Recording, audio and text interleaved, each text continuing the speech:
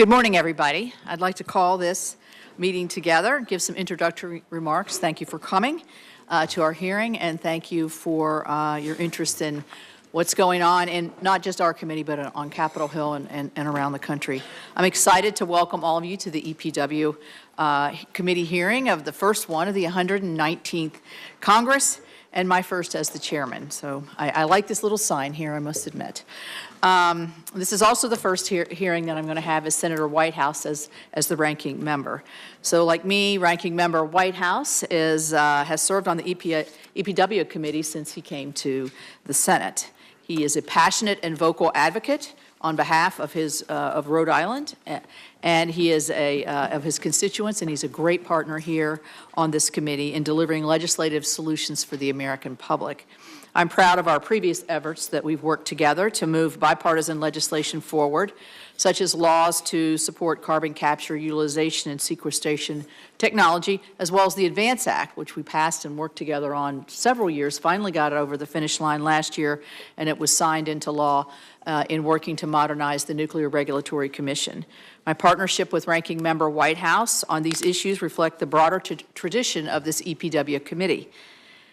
Quite honestly, we have some tough issues sometimes in here where we have strong disagreement, but we always want to find common ground.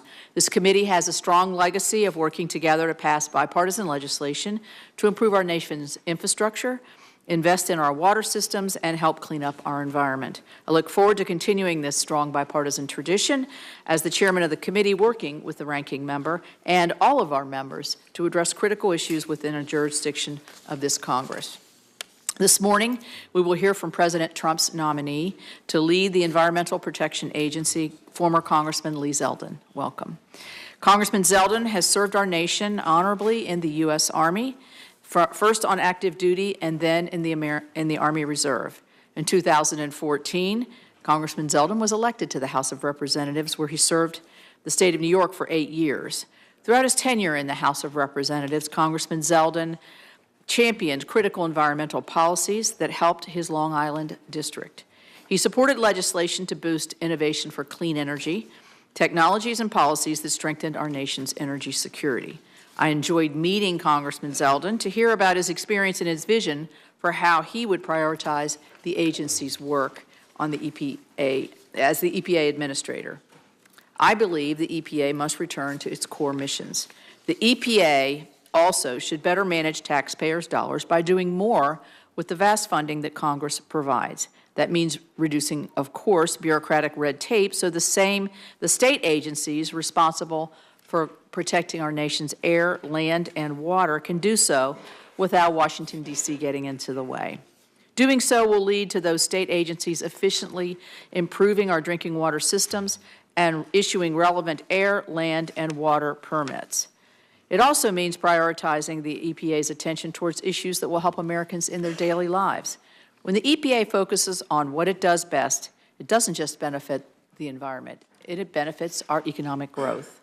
For example, the agency should prioritize cleaning up brownfields and Superfund sites to facilitate new economic development of those locations, many of those of which are located in rural and distressed areas. I look forward to hearing Congressman Zeldin's plan to build on the work initiated by the first Trump administration, including the EPA, which took the first step to address legacy PFAS contaminants. And as the agency fulfills its obligation under our nation's bedrock environmental laws, the administrator should also take into account the affordability and electric reliability. Recently, the organization responsible for ensuring grid reliability found that more than half of the United States could experience rolling blackouts in the next decade because of the lack of reliable power capacity.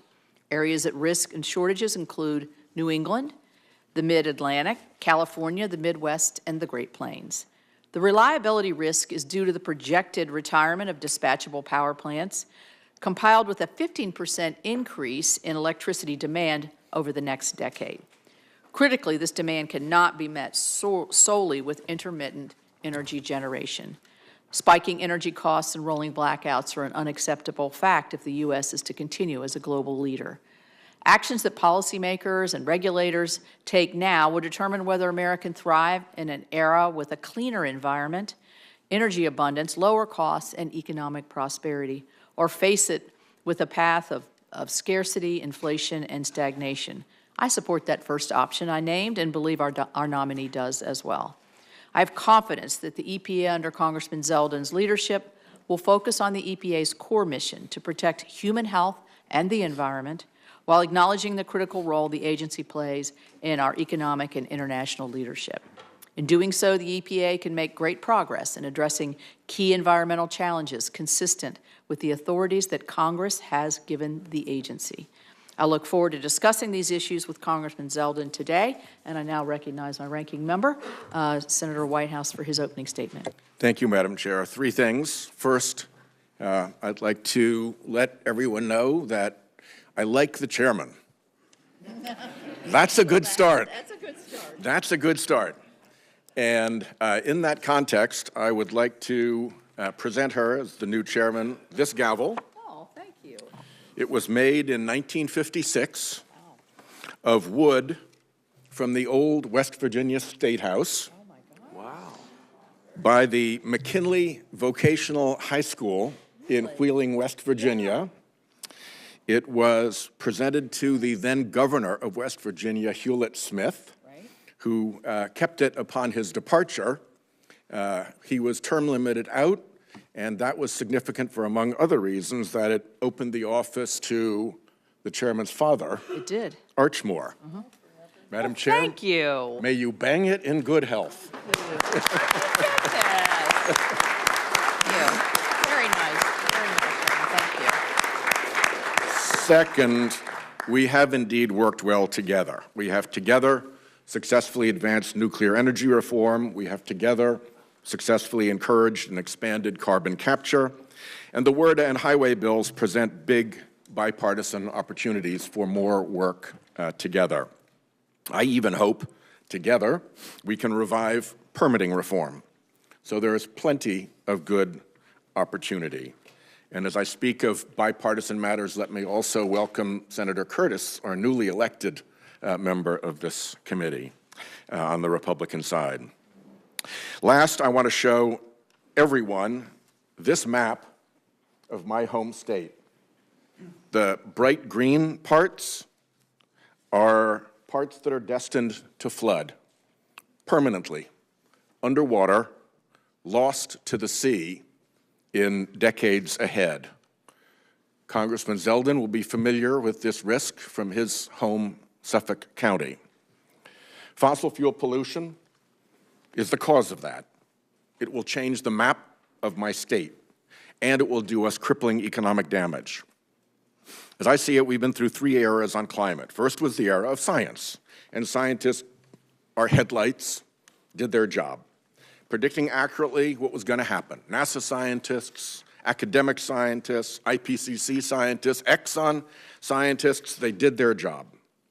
Next came the era of politics, where it was our job to heed the warnings of science and head off those dangers. We failed, badly, and for the worst of all reasons.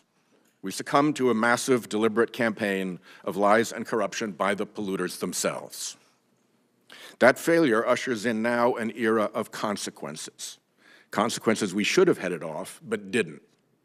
It's beginning in creeping, seeping inflation as goods become harder to grow, produce, and ship in upended weather patterns. It's upon us already in forward-looking industries like insurance. Good luck with property insurance in Florida and California.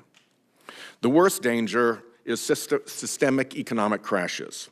One, widely warned of in economic literature, is the carbon bubble, bursting when the international oil cartel or the massive government subsidies cease propping up fossil fuel, and stranded assets lose all value, and the resulting shock cascades into the global economy. The other, upon us already, is climate risk, making property insurance unaffordable or unavailable, which in turn makes mortgages unavailable, which in turn crashes property values. Remember this map. Before all that land went underwater, it would become uninsurable. And that's still water flooding Throw in big storms, and there's a whole coastal uninsurability crisis looming. The chief economist for Freddie Mac predicted a coastal property values crash cascading through the economy like the 2008 Great Recession. And that coastal danger is now matched by Western wildfire risk, like we're seeing right now in Los Angeles, launching the same insurance to mortgage to property values collapse. Let's be clear, we are in this perilous place because a campaign of lies and corruption and pollution delivered deliberately and at industrial scale by the fossil fuel industry was accomplished through an armada of paid front groups. And so we're clear, it's not just me warning of significant economic harms ahead. I will circulate to all colleagues, lucky you, this compendium of the published warnings for you and all of your staffs to review. This threat is real. If a sharp-eyed cabin boy on the Titanic had happened that night to see the iceberg ahead, you'd expect him to do whatever he could to fight his way to the captain's table in the fancy dining room and warn of the impending disaster. So please understand that map of my state and the sense of urgency that I feel. I am confident that the chairman would equal me in energy and determination for any similar dangers to her mountain state. And so it is through this lens of urgency that I approach this nomination hearing. President Trump has called climate change a hoax. While running for president, he met with fossil fuel industry executives and told them they should give him $1 billion in exchange for his reversing the rules that protect our air and water and limit the pollution that is driving climate change. And indeed, fossil fuel companies and executives lavished millions and millions of dollars on the Trump campaign and affiliated organizations. These special interests now expect a return on their political investment. They expect a reversal of the already limited protections we have for our air and water. And make no mistake, not only would reversing these protections harm our air, water, public health, and climate, doing so would also cost Americans money, as they would be forced to spend more to fuel their cars, to buy their groceries, to heat and cool their homes and businesses. That's money that would go directly from every hardworking American's wallet into the accounts of billionaire fossil fuel barons and giant oil companies. The question then for Mr. Zeldin here before us as President Trump's nominee to run the Environmental Protection Agency is simple. Will he follow the science and the economics and protect our air, water, and climate? Or will he merely be a rubber stamp for looters and polluters who are setting the Trump agenda? I must say that his role at polluter-funded organizations such as the America First Policy Institute and America First Works, his long list of Trump-affiliated consulting clients, and his anti-climate op-eds paid for by dark money organizations do not give me confidence that he will be an honest broker if confirmed to lead EPA. I really want this to work. That is how high the stakes are. I am not here trying to score points. I'm here trying to steer us away from what I see as a calamity ahead. I will therefore be watching closely today to see if Congressman Zeldin is able to differentiate himself in any substantive ways from the polluter agenda and the economic crashes likely to ensue. Thank you, Madam Chair. Here is to a productive relationship in this important committee. Thank you, Senator. Thank you for the gavel. That has great meaning to me, so I very much appreciate it. I'm actually from the northern part of the state, so where it was made, so thank you. I'm now going to turn to Senator Barrasso, who is going to be introducing Congressman Zeldin. Thank you very much, Chairman Capito, Ranking Member, White House members of the committee. Thank you for allowing me to be here today to introduce Congressman Lee Zeldin, who has been nominated to be the administrator of the Environmental Protection Agency. The EPA is very important to Wyoming and to the nation. It's responsible for protecting our air, our water, and our communities. Americans deserve clean air and clean water. They also deserve clear rules and common sense from the government. Over the last 4 years, they've gotten neither. The EPA has pushed policies that kill jobs in Wyoming and raise the cost for families across the nation. It has also pursued rules that shut down power generation and threaten electric reliability. Americans should be able to take for granted that the lights will go on when they flip the switch. They should know that those making the rules understand that their livelihoods depend on a balanced and measured approach. Instead, the approach over the last 4 years has been based solely on radical environmentalism. Congressman Zeldin will correct the course of the EPA. He's been highly motivated from a young age, graduated from law school at age 23.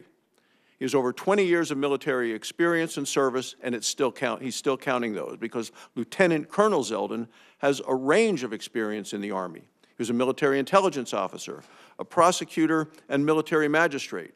He's a veteran of Operation Iraqi Freedom, where he served in the Army's 82nd Airborne Division as a paratrooper, and just last weekend was on Army Reserve duty. His public service doesn't end there. In addition to his time in the U.S. Congress, he served in the New York State Senate. He knows firsthand how important it is for the federal government to be a partner to states rather than an out-of-touch regulator.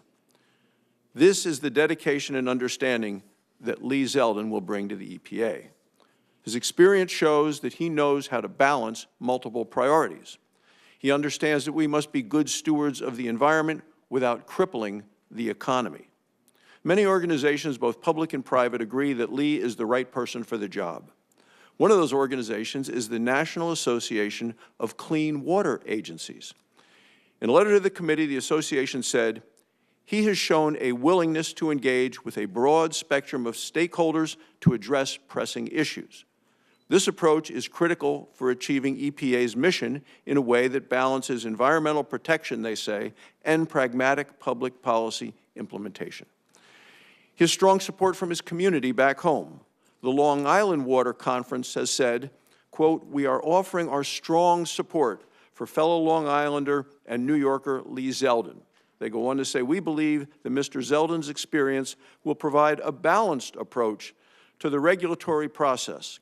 This will ultimately," they say, "provide effective protection of public health and the environment." And reading this about a balanced approach reminded me, and Cynthia might have been there as a young girl, in 1963, John Kennedy, President of the United States, came to Wyoming. He came with Stuart Udall, who was his Secretary of Interior. It was a conservation tour of the West. Stuart Udall, the Interior Department is now, building is named after him, and his son Tom served with many of us on this very committee, sat right there where Senator Padilla is sitting right now. So I brought this picture that has been hanging on my wall in the office in D307, and it's John Kennedy in the field house of the University of Wyoming addressing the largest indoor arena that we had and the largest standing-only crowd in 1963 as part of his conservation tour. And what John Kennedy said that day, he said, "We must maintain a living balance between man's actions and nature's reactions." And that's the kind of job that I believe that Lee Zeldin is going to do for our nation at the EPA, maintain a living balance. So I share this organization, the Long Island Water Conference, their confidence that Lee Zeldin will lead the EPA in a more balanced and even-handed direction. So I say, Lee, congratulations on your nomination. I look forward to working with you on these important issues. I once again thank the committee for letting me join you today.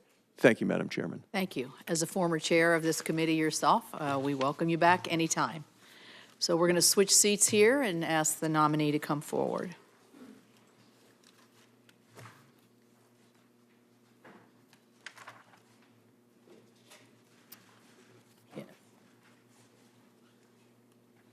Somebody needs to take this to get the sign.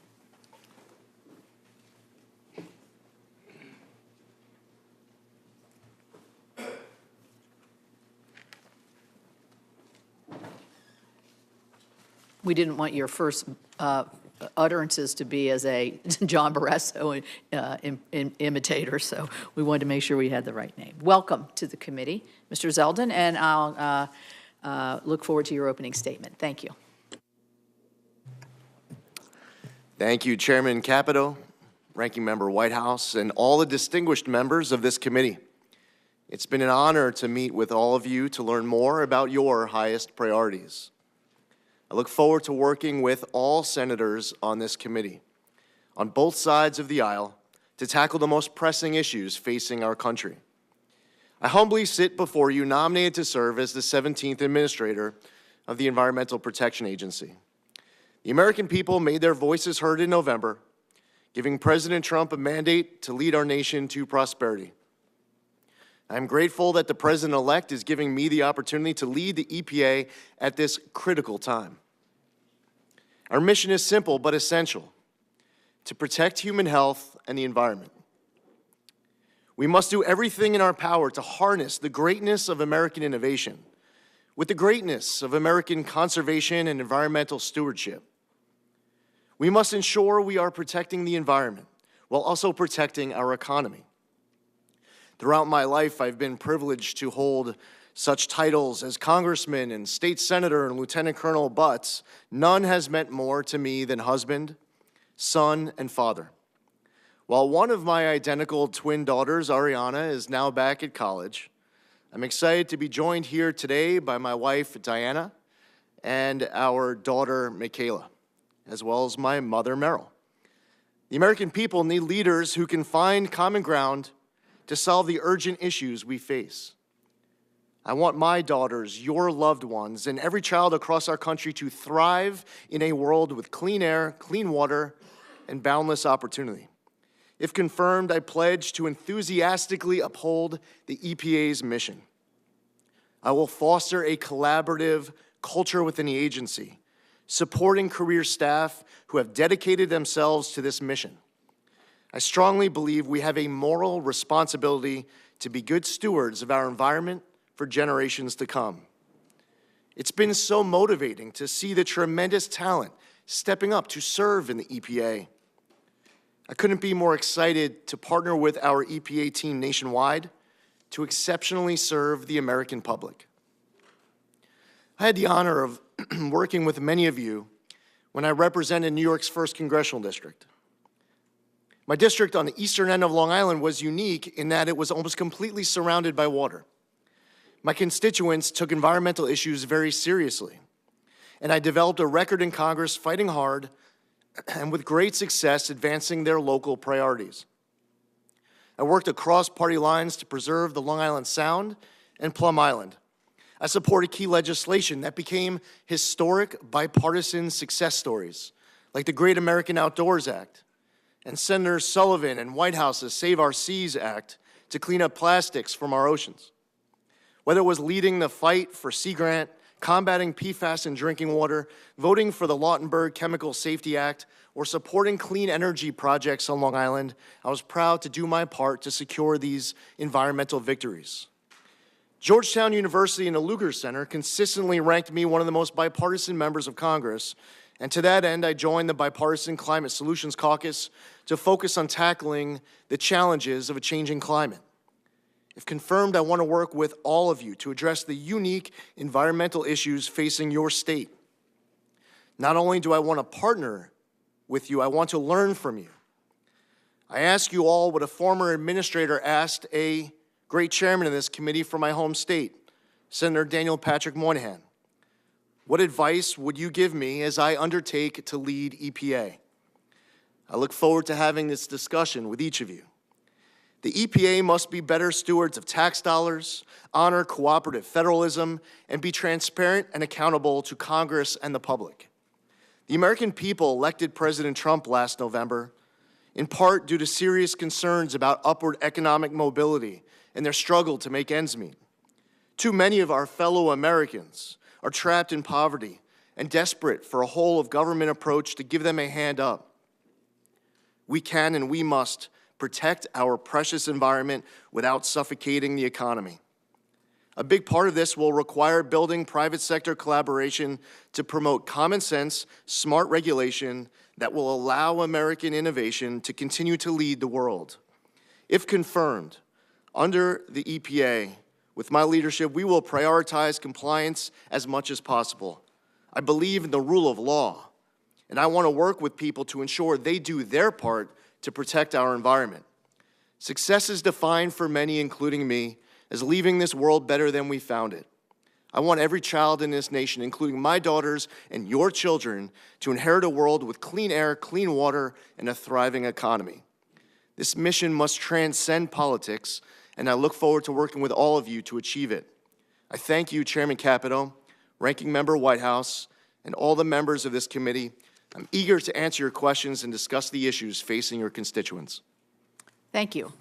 We're now ready to begin with the questioning portion for our witness. Senator Whitehouse and I have agreed to have 2 rounds of 5 minutes for questioning. So let's try to keep our first questions within the 5 minutes if in respect for everybody's time.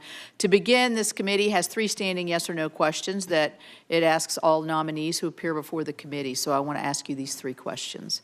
Do you agree, if confirmed, to appear before this committee or designated members of this committee and other appropriate committees of this Congress to provide information subject to appropriate and necessary security protections with respect to your responsibilities? Yes. Do you agree to ensure that testimony, briefings, documents, and electronic and other forms of communications of information are provided to this committee and its staff and other appropriate committees in a timely manner? Yes. Thank you. Finally, do you know of any matters which you may or may not have disclosed that may place you in a conflict of interest if you are confirmed? No. Thank you. All right. Well, I will begin questioning, and then I'll go to the ranking member. In my opening statement, I talked about reliability issues and affordability issues as we see the face the future here. During the last 4 years, the EPA issued a number of rules, and numbers of rules, including the Clean Power Plan 2.0, which was intentionally designed to impose massive new costs on reliable coal-fired and natural gas plants in a deliberate effort to shut these plants down. Unsurprisingly, over this same period of time, the cost of energy skyrocketed 23% over the last 4 years. Now, our nation's electric reliability experts, the North American Electric Reliability Corporation, forecasts over half of the United States could face potential electrical shortages and blackouts in the next decade. This is a dire situation on the reliability. This demand is driven by our onshoring of our manufacturing and powering data centers and other things to win the artificial intelligence race.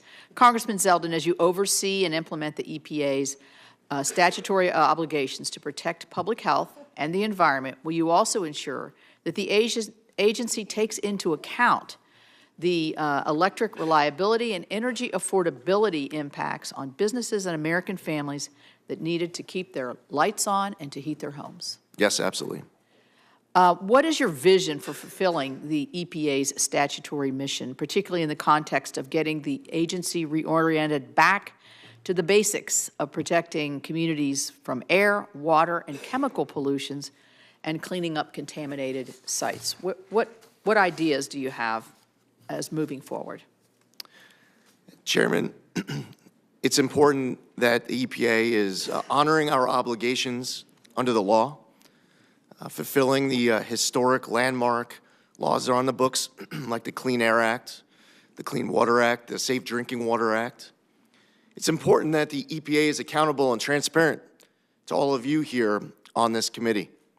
It's important that we are working closely in collaboration with career staff at the EPA and working closely with other agencies where there's overlapping jurisdiction to make sure that we are following our new obligations under the law as Congress enacts new laws moving forward, to make sure that we are abiding by the Administrative Procedures Act, that I, as administrator, I'm not prejudging outcomes, that I'm making sure that our actions are durable, that they are able to withstand scrutiny, and at the end of the day, I'm able to sit before you at further hearings and to be able to account for my actions as administrator and our actions as an agency.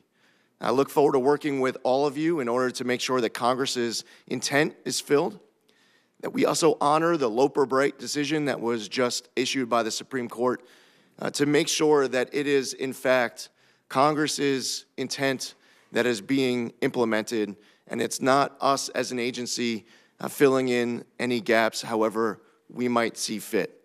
It requires a close collaboration, not just internally within the agency, but with each and every one of you as well. Thank you.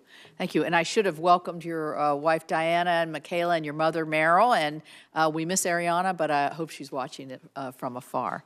I want to talk about PFAS. West Virginians have had firsthand experience with PFAS contamination and pollution. Everybody does, but we've had a little more, I think we had a little bit earlier, discovered earlier. And I want to continue, we tried last session to get some leading legislative efforts to try to protect essential service providers and American taxpayers from costly litigation and liability. It's a very complicated issue, as you know. But it speaks to one of the core missions of the EPA, which is safe drinking water and clean water. I understand that your New York district has actually experienced the negative effects of PFAS pollution. If confirmed, how do you plan to address the growing challenge of PFAS pollution through the EPA's existing authorities? Chairman, when I was in the House, I was a member of the PFAS task force, also voted for the PFAS Action Act. EPA has an important responsibility to make sure that our obligations are implemented correctly. That is something that through our enforcement and compliance, we have to ensure that we are moving the needle all across this entire country. There are cleanup projects, large and small, across America where many Americans have been waiting decades, generations for that leadership and that action. So working with all of you to deal with these issues in your home state is something that will be top priority of mine. Thank you. I'll turn it over to the ranking member. Thanks. Before I get to my questions, if you'd be kind enough to entertain a unanimous consent request to put certain documents into the record. Okay. I will not put this beast into the record, spare everybody that, but I will be circulating it to your offices. I would like to put into the record the cover article from the Economist magazine from this April, warning of the next housing disaster from that climate risk to insurance to mortgages, property values cascade. And we put a lot of work into this when I was chair of the Budget Committee, and I'd also like to put in the report summarizing the evidence we adduced in the Budget Committee on the same insurance crisis. Without objection. I have also a letter here from CREW, Citizens for Responsibility and Ethics in Washington, regarding the Zeldin nomination. Without objection. And finally, I have a letter dated January 15, 2025, submitted by the Climate Action Campaign and signed by over 70 environmental organizations concerning the nomination. Without objection. Great. Thank you ordered, very much, yes. Chairman. Mr. Zeldin, welcome. As we discussed when we met, I said I was going to ask you some really basic, no-tricks questions about climate change. So let me just start with those. First, as a matter of law, is carbon dioxide a pollutant? Thank you, Senator, and I enjoyed our meeting with your team as well, and I look forward to working with all of you. As far as carbon dioxide emitted from you during that question, I would say no.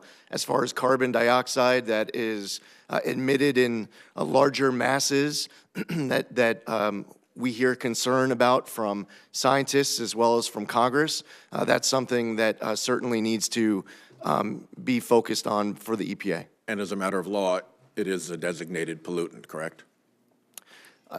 Senator, while carbon dioxide is not named as one of the 6 in the Clean Air Act, the EPA has been treating it as such. Yeah, because of a Supreme Court decision that said so, correct? Correct, yes, Senator.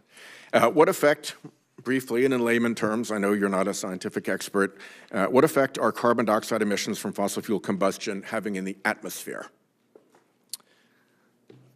Senator, while I am someone who believes strongly that we should work with the scientists, leaving the science to the scientists, the policy to the policymakers, and that we all work together. I don't sit before you as a scientist. Fortunately, at EPA, we do have many talented scientists who provide that research. They have that talent to be able to tell us exactly what the metrics are of their research. Just generally, and in layman's terms, what effects do these carbon dioxide emissions have when they enter the atmosphere? Trapping heat, Senator. And what effect, again, briefly and in layman's terms, does methane leakage from fossil fuel production and transport have in the atmosphere? Same. Heat trapping also. And what effect, I'm from the ocean state, so I've got to ask this one, what effect are carbon dioxide emissions from fossil fuel combustion having in the oceans? Well, the emissions of greenhouse gases trap heat, Senator. As far as your concern that you expressed at the onset of your testimony, as you showed that map of Rhode Island. And as you suggested, and as I mentioned, as I represent in the district on the east end of Long Island, rising sea levels are concerns where I'm from as well.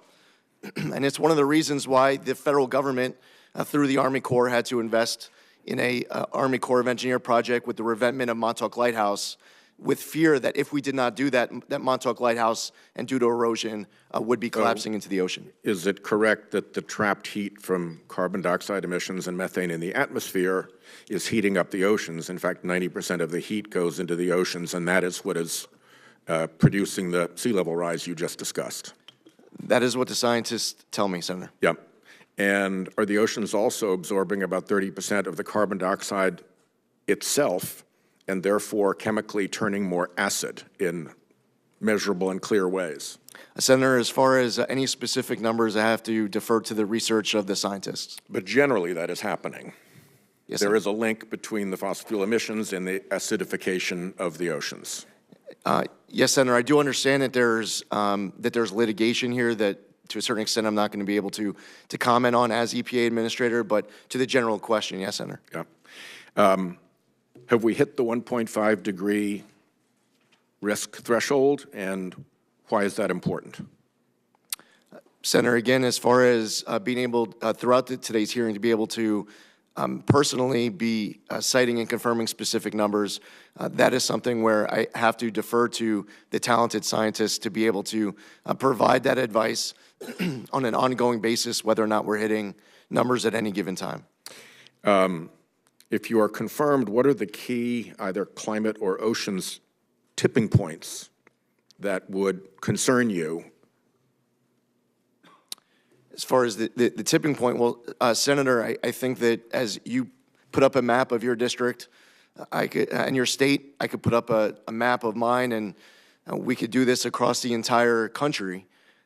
As long as that concern exists, where there is, in fact, rising sea levels, and I hear it from both sides of the aisle. Senator Collins spoke about it in the context of Maine. One last question before my time runs out. I'm sorry. Are we now on a pathway to climate safety, or do we need to do more to reduce carbon emissions in order to get on that pathway? Senator, United States emissions have been going down over the course of the last couple of decades. Unfortunately, there are other countries where it is not going in the same direction. And I would say that we will have never done enough to ensure that our water and our air is clean, safe, and healthy.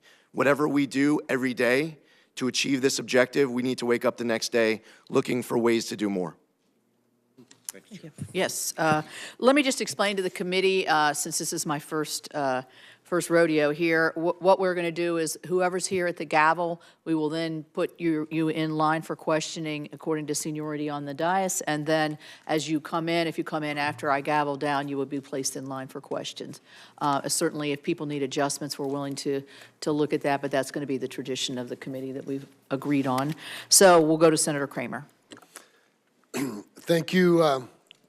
Thank you, Chair Capito and Ranking Member Whitehouse. Congratulations to both of you for assuming these important leadership roles, and congratulations to you as well. My former colleague in the House, Mr. Zeldin, thanks for stepping in the gap and taking on this big challenge. I know that Chair Capito has already talked a little bit about what is a really, really important issue for me, and I think for a lot of us, obviously, and that is an appropriate cooperative federalism role between the state and federal governments. And there's a lot of opportunity to do that the right way, and a lot of opportunity to do it the wrong way at the EPA. So I'm going to point to one specific case that I think you're probably familiar with, and that's, of course, the waters of the United States. And you're no doubt aware of that legal, what I call fiasco, surrounding the definition of what constitutes a waters of the United States. This has been litigation ping pong for a long time. And so the first question is a simple one. Mr. Zeldin, when you read the Sackett decision authored by Justice Alito, would you describe it as prescriptive or ambiguous as it comes to the definition of a federally jurisdictional water? It was clear and prescriptive. It was.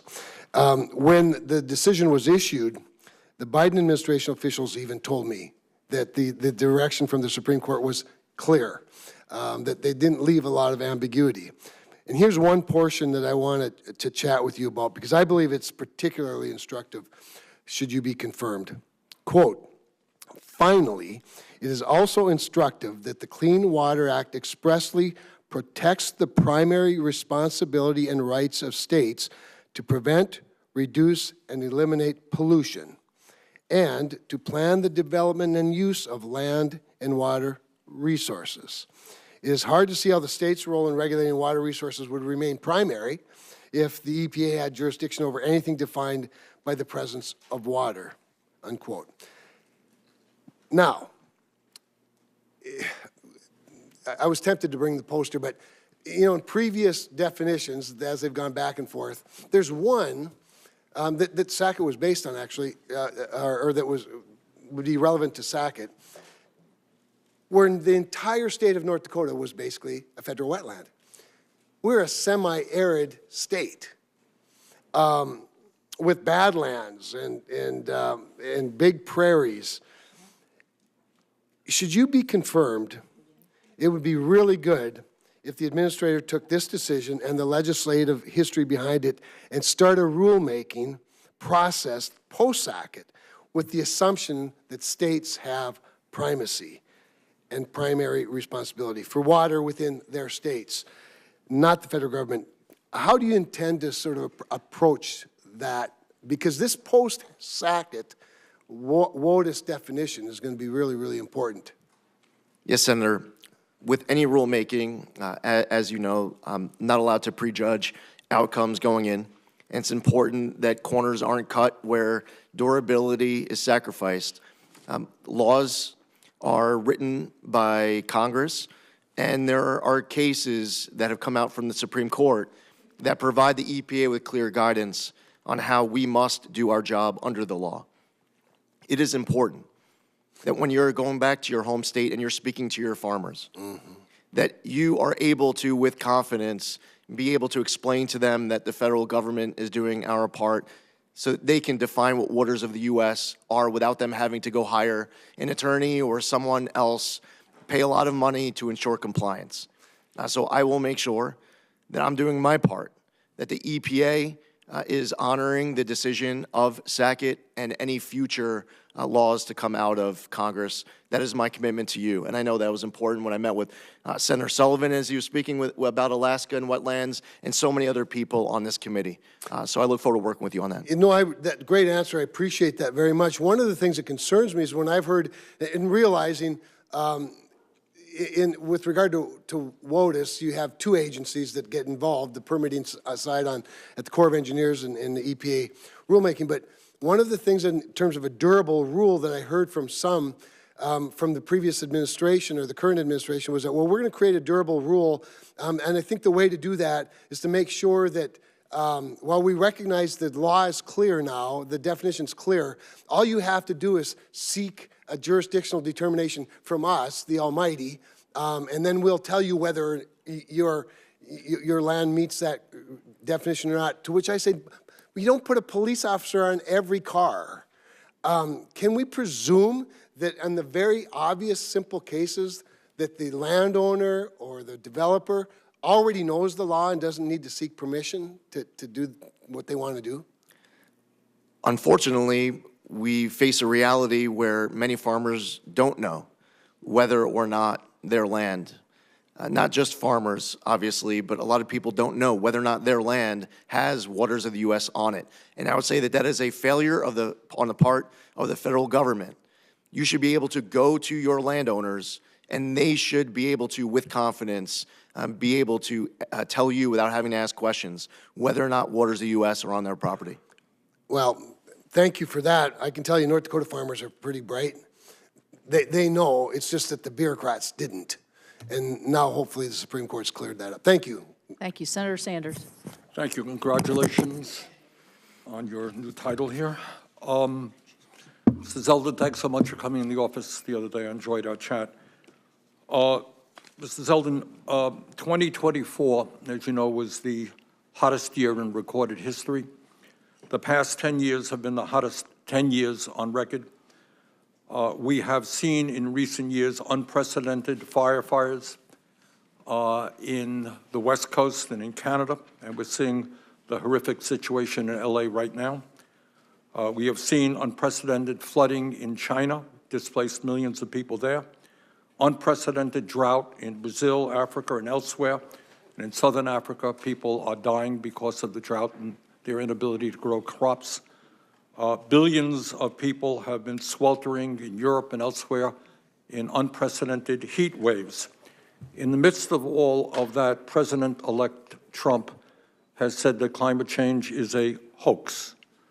You will be, if confirmed, one of the leading spokespeople in this country, representing us throughout the entire world. Do you agree with President-elect Trump that climate change is a hoax?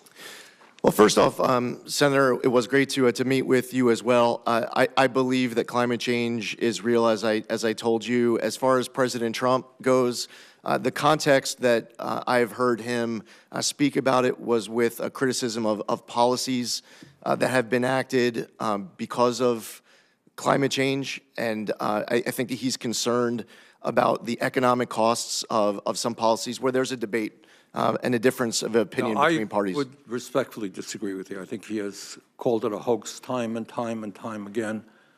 And I would just say for the record that, and let me ask you this question, all right? Some of us have used the word existential threat.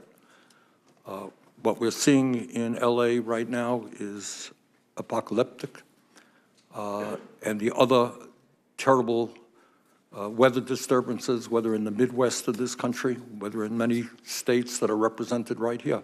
Unprecedented floods in my small state of Vermont. We've been hit over and over again in recent years. Our state capital, Montpelier, was underwater recently in a way that we have not seen.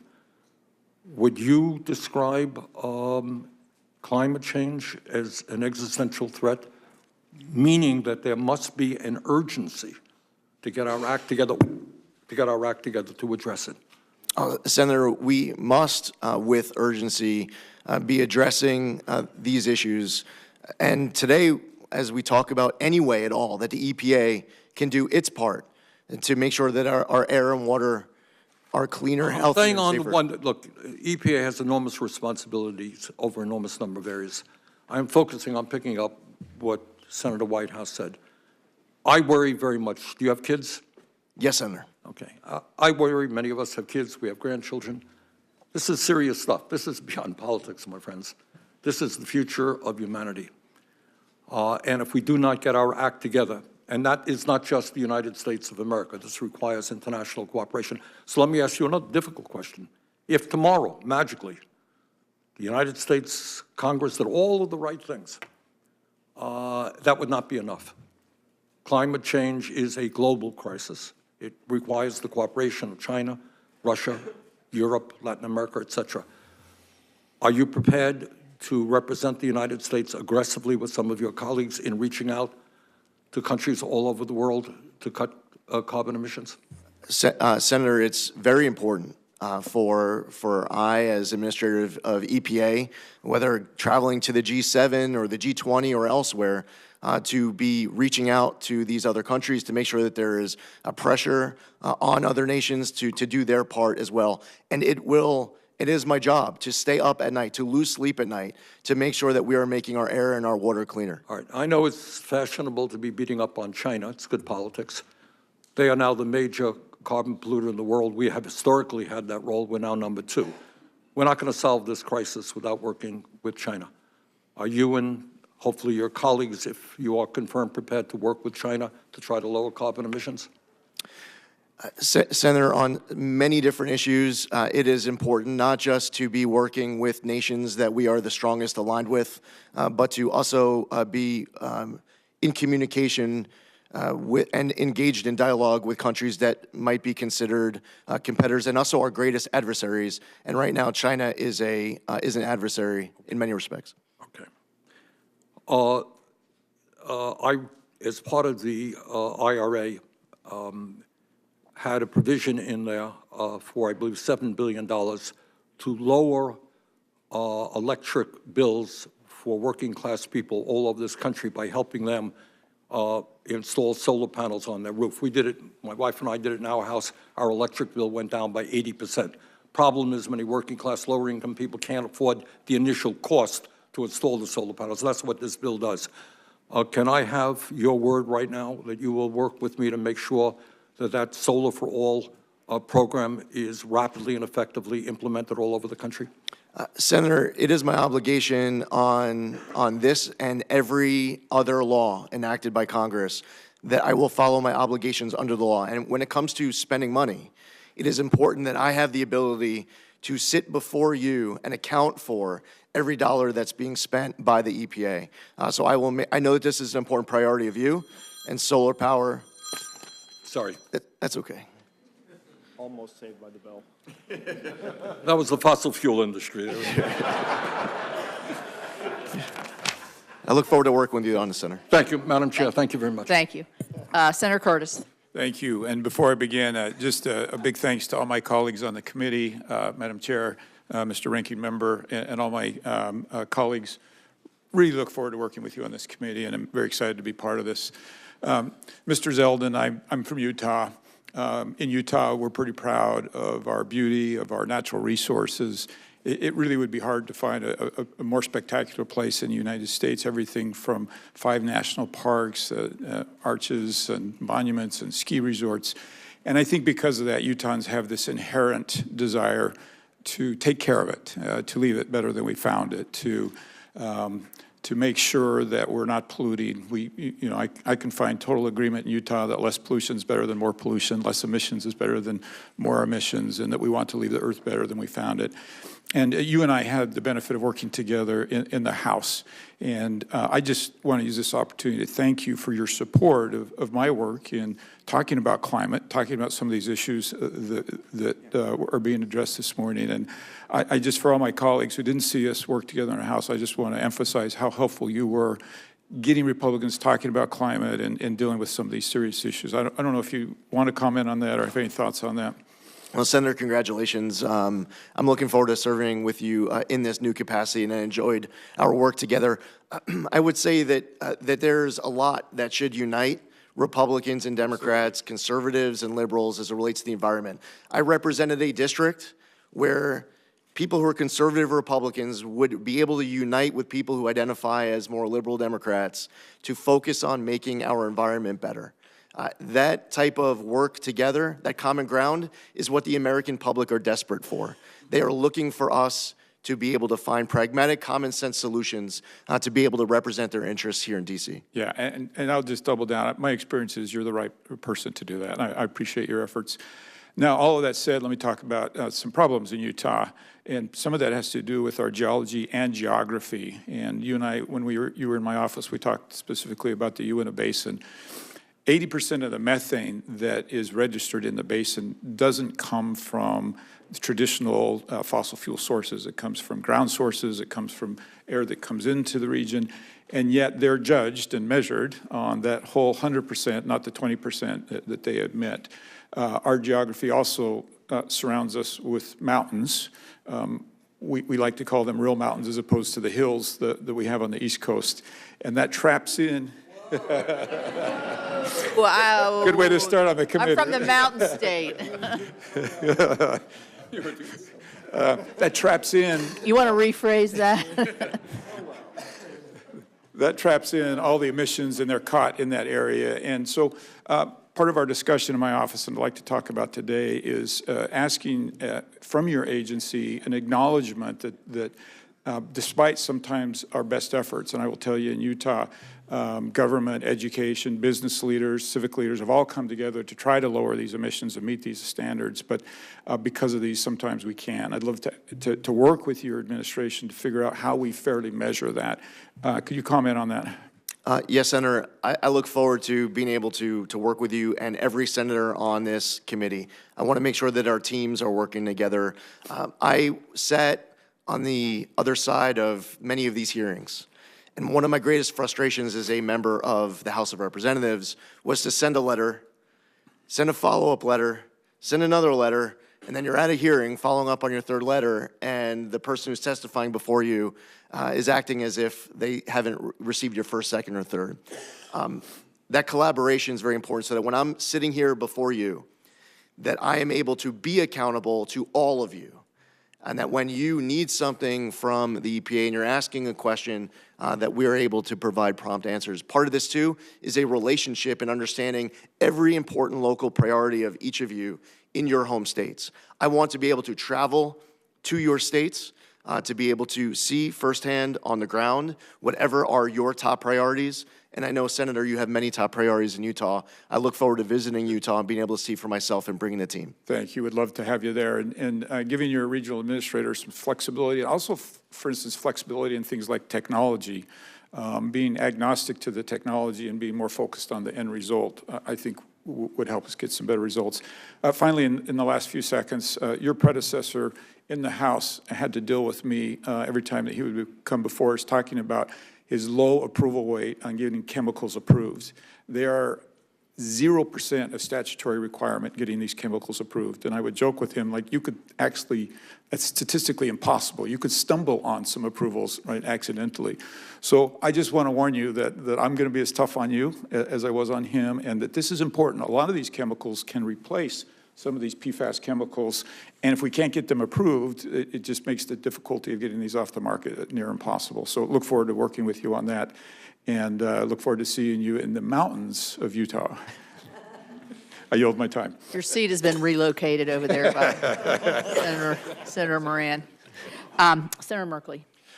Thank you, and I'm completely down with Senator Curtis's description.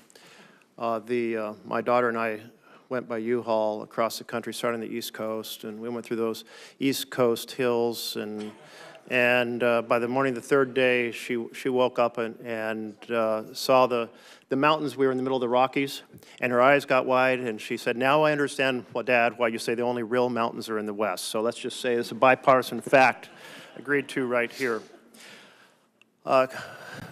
Zeldin, you have made an emphasis on the science being the foundation.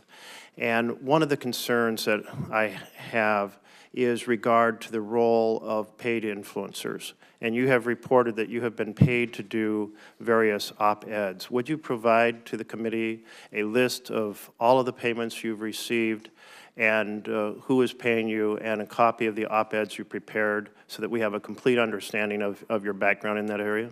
Yes, Senator, and I also have provided that as part of my financial disclosure, and both ethics at EPA and the Office of Government Ethics has reviewed all of those submissions in providing that clearance letter to the committee. Yes, we do have your financials. They do not give the details on the text of which op-eds, and sometimes it's obscured. For example, the $50,000 to $100,000 that you were paid for op-eds, but it also says speaking fees, use of media studio, and so forth. So if you could tie the actual payments for the op-eds to the op-eds you wrote, so it's just so we have a clear and transparent understanding of that piece, because we want to have our folks serve the public interest and have that foundations of science you're speaking to, but I think the citizens deserve to understand as we wrestle with this moment, that background. And also the background, you've rented out your media studio multiple times. Was that for doing interviews? Did you do interviews in your media studio and then you asked to be paid for using your own media studio for interviews? So twofold. First off, the first point, I have provided a breakdown of every individual op-ed as well as the publication and the date of the publication. Any further, if you need us to print up what was referenced, we're happy to do that. And as far as the media studio, I owned a media studio. So networks could rent, can use that studio for ATV Hit. Thank you. Appreciate that, those details, and we'll take a look at that list. You've also, over the course of your career, received a lot of campaign funding from the oil and gas industry. I think it's estimated at $270,000. Can you assure citizens that the campaign support you received from oil and gas industry will not influence your service to the public of the United States? Yes, Senator, there's no donation that anyone has ever provided me at any point of any amount that is going to influence any decision that I make in this position or beyond. Second, I want to emphasize the point that my colleagues have made about climate change. We are seeing a massive loss of insurance policies on the West Coast and in Florida. In Florida, 16 companies have gone bankrupt. Another 16 have stopped issuing policies. State Farm has withdrawn a massive number of policies from California. We had 6 towns burned to the ground in my home state of Oregon, less well publicized across the country. It is really a challenge. Huge number of folks in California are having to go to a state program they created, same in Florida, because no insurance would insure properties. The problem with those is there's no great solution. They're extremely expensive and difficult and have very limited coverage. All right, so I want to continue on plastics. I've been very concerned about plastics. We have more and more articles. This article I'll submit for the record. Thank you. For Washington Post has just found out about the threat between microplastics and cancer, and it goes on to talk about colon cancer, the imbalance of antioxidants, lung cancer. We've had a whole series of articles about heart disease. We have this article, Bioaccumulation of Microplastics in Human Brains, out of New Mexico. It's out for peer review right now, but we're learning more and more. We now have plastics in breast milk, plastics in every organ of the body, and plastics in our brain. In fact, it turns out, according to this study, if this turns out to be accurate, the highest accumulation of plastics is in our brains. We also have a record of microplastics and nanoplastics affecting human fertility. And plastic is, by its chemical structure, an endocrine disruptor. Are you familiar? Have you steeped yourself in the science and problems associated with plastics in the human body? Yes, Senator, and I enjoyed being able to meet with you and your team in your office, where clearly this is an issue of great interest and passion of yours. I would look forward to an opportunity to be able to read what you're referencing specifically, just so that I can become intimately familiar with any detail that you're citing that I have not read before. I was hoping that's what you're going to do after our meeting in our office. You're going to go out and say, I got to read all these articles. Senator, and I would look forward to continuing to read even further. There is an effort by the chemical industry to say, don't worry, we'll just melt everything down in big pots to keep plastics out of the waste stream. They call it chemical recycling. It's basically thermal melting. But it has proved to only be usable in very limited, basically manufacturing waste as opposed to post-consumer plastics. But they're trying to sell it as the absolute cure. Don't worry, we can go from 8% recycling in America to a high percent. Are you familiar with the very limited role, but the chemical industry is trying to say, don't worry, be happy on plastics? I'm aware, yes, sir. Do you understand, and have you made yourself knowledgeable of the inaccuracies that are being publicized about this thermal strategy? Senator, I am researching and reading all that's being provided on all sides of this issue. Going back to my time in the House, I advocated to clean up our waterways around my district, and as I cited in my opening, the bipartisan work between Senator Whitehouse and Senator Sullivan on Save Our Seas and Save Our Seas 2.0 should be a model to be followed of bipartisanship to go even further. Yeah. I see I'm over time. I'm sorry, Madam Chair. I'll just close by saying, in plastics, there's a big story trying to be sold about don't worry. It'll be your responsibility to make sure you speak the truth to the American people. Thank you, Senator. Senator Sullivan. Thank you, Madam Chair, and I want to congratulate you and the ranking member. It's a great committee for our new members. We get a lot of things done here, usually very bipartisan. We have some differences, but that's okay. Mr. Zeldin, it was great meeting with you. Congratulations to your family as well, and thanks for your service. It's not always easy, we know. You know, Alaska, we love our clean water, clean air. We don't think, we know we have some of the cleanest air and water in the world. We're proud of that. We don't always think the EPA has helped in that regard. It's more state actions. So I want to begin by getting you to commit to me to come up to Alaska with me, bring your family. We can do some fishing maybe after you see all the important elements of Alaska. Big mountains, no offense to Utah, but real big mountains. So we have a little fun on state size in this committee. But can I get your commitment to do that? Yes, Senator, and unlike predecessors of mine who attempted to try to negotiate an August trip, I would want to go when it's as cold and dark as possible. Yeah, well, it's happening right now. We have communities in Alaska that are hitting 30, 40 below zero, and so we'd love to have you in the winter and summer. So Senator Ricketts looks like he wants to come with me, so I look forward to it. Love to have him. Second, I really appreciate the shout out to me and Senator Whitehouse on the Save Our Seas Act, Save Our Seas 2.0. That was the most comprehensive ocean cleanup legislation in the history of the country. Those were both signed by President Trump. You might want to ask Senator Whitehouse at some point about the signing ceremony that we had in the Oval Office with President Trump on Save Our Seas 1.0 was Commerce Secretary Wilbur Ross and others. It was great. So can you commit to me to work with this committee? I think we already have President Trump's commitment to continue the progress we've made on ocean cleanup, plastics cleanup. It's good bipartisan work. The Trump administration and the president himself is very committed, and so are we. And we're already working on 3.0. We got to focus on the implementation of SOS 2.0, though. Yes, Can we get your commitment on that? Yes. Great. Well, look, I want to go back to Senator Kramer's issue of, in your opening statement about honoring cooperative federalism. And as you know, our Clean Air Act, our Clean Water Act laws from Congress contemplate a scheme of cooperative federalism that provides an active, in some case, primary role for states on these laws. Will you commit to doing to that? Because it's a really important issue for my state. Yes, Senator. So one of the areas where we haven't seen cooperative federalism at all is the way in which the EPA in my state has a history of enforcing the laws.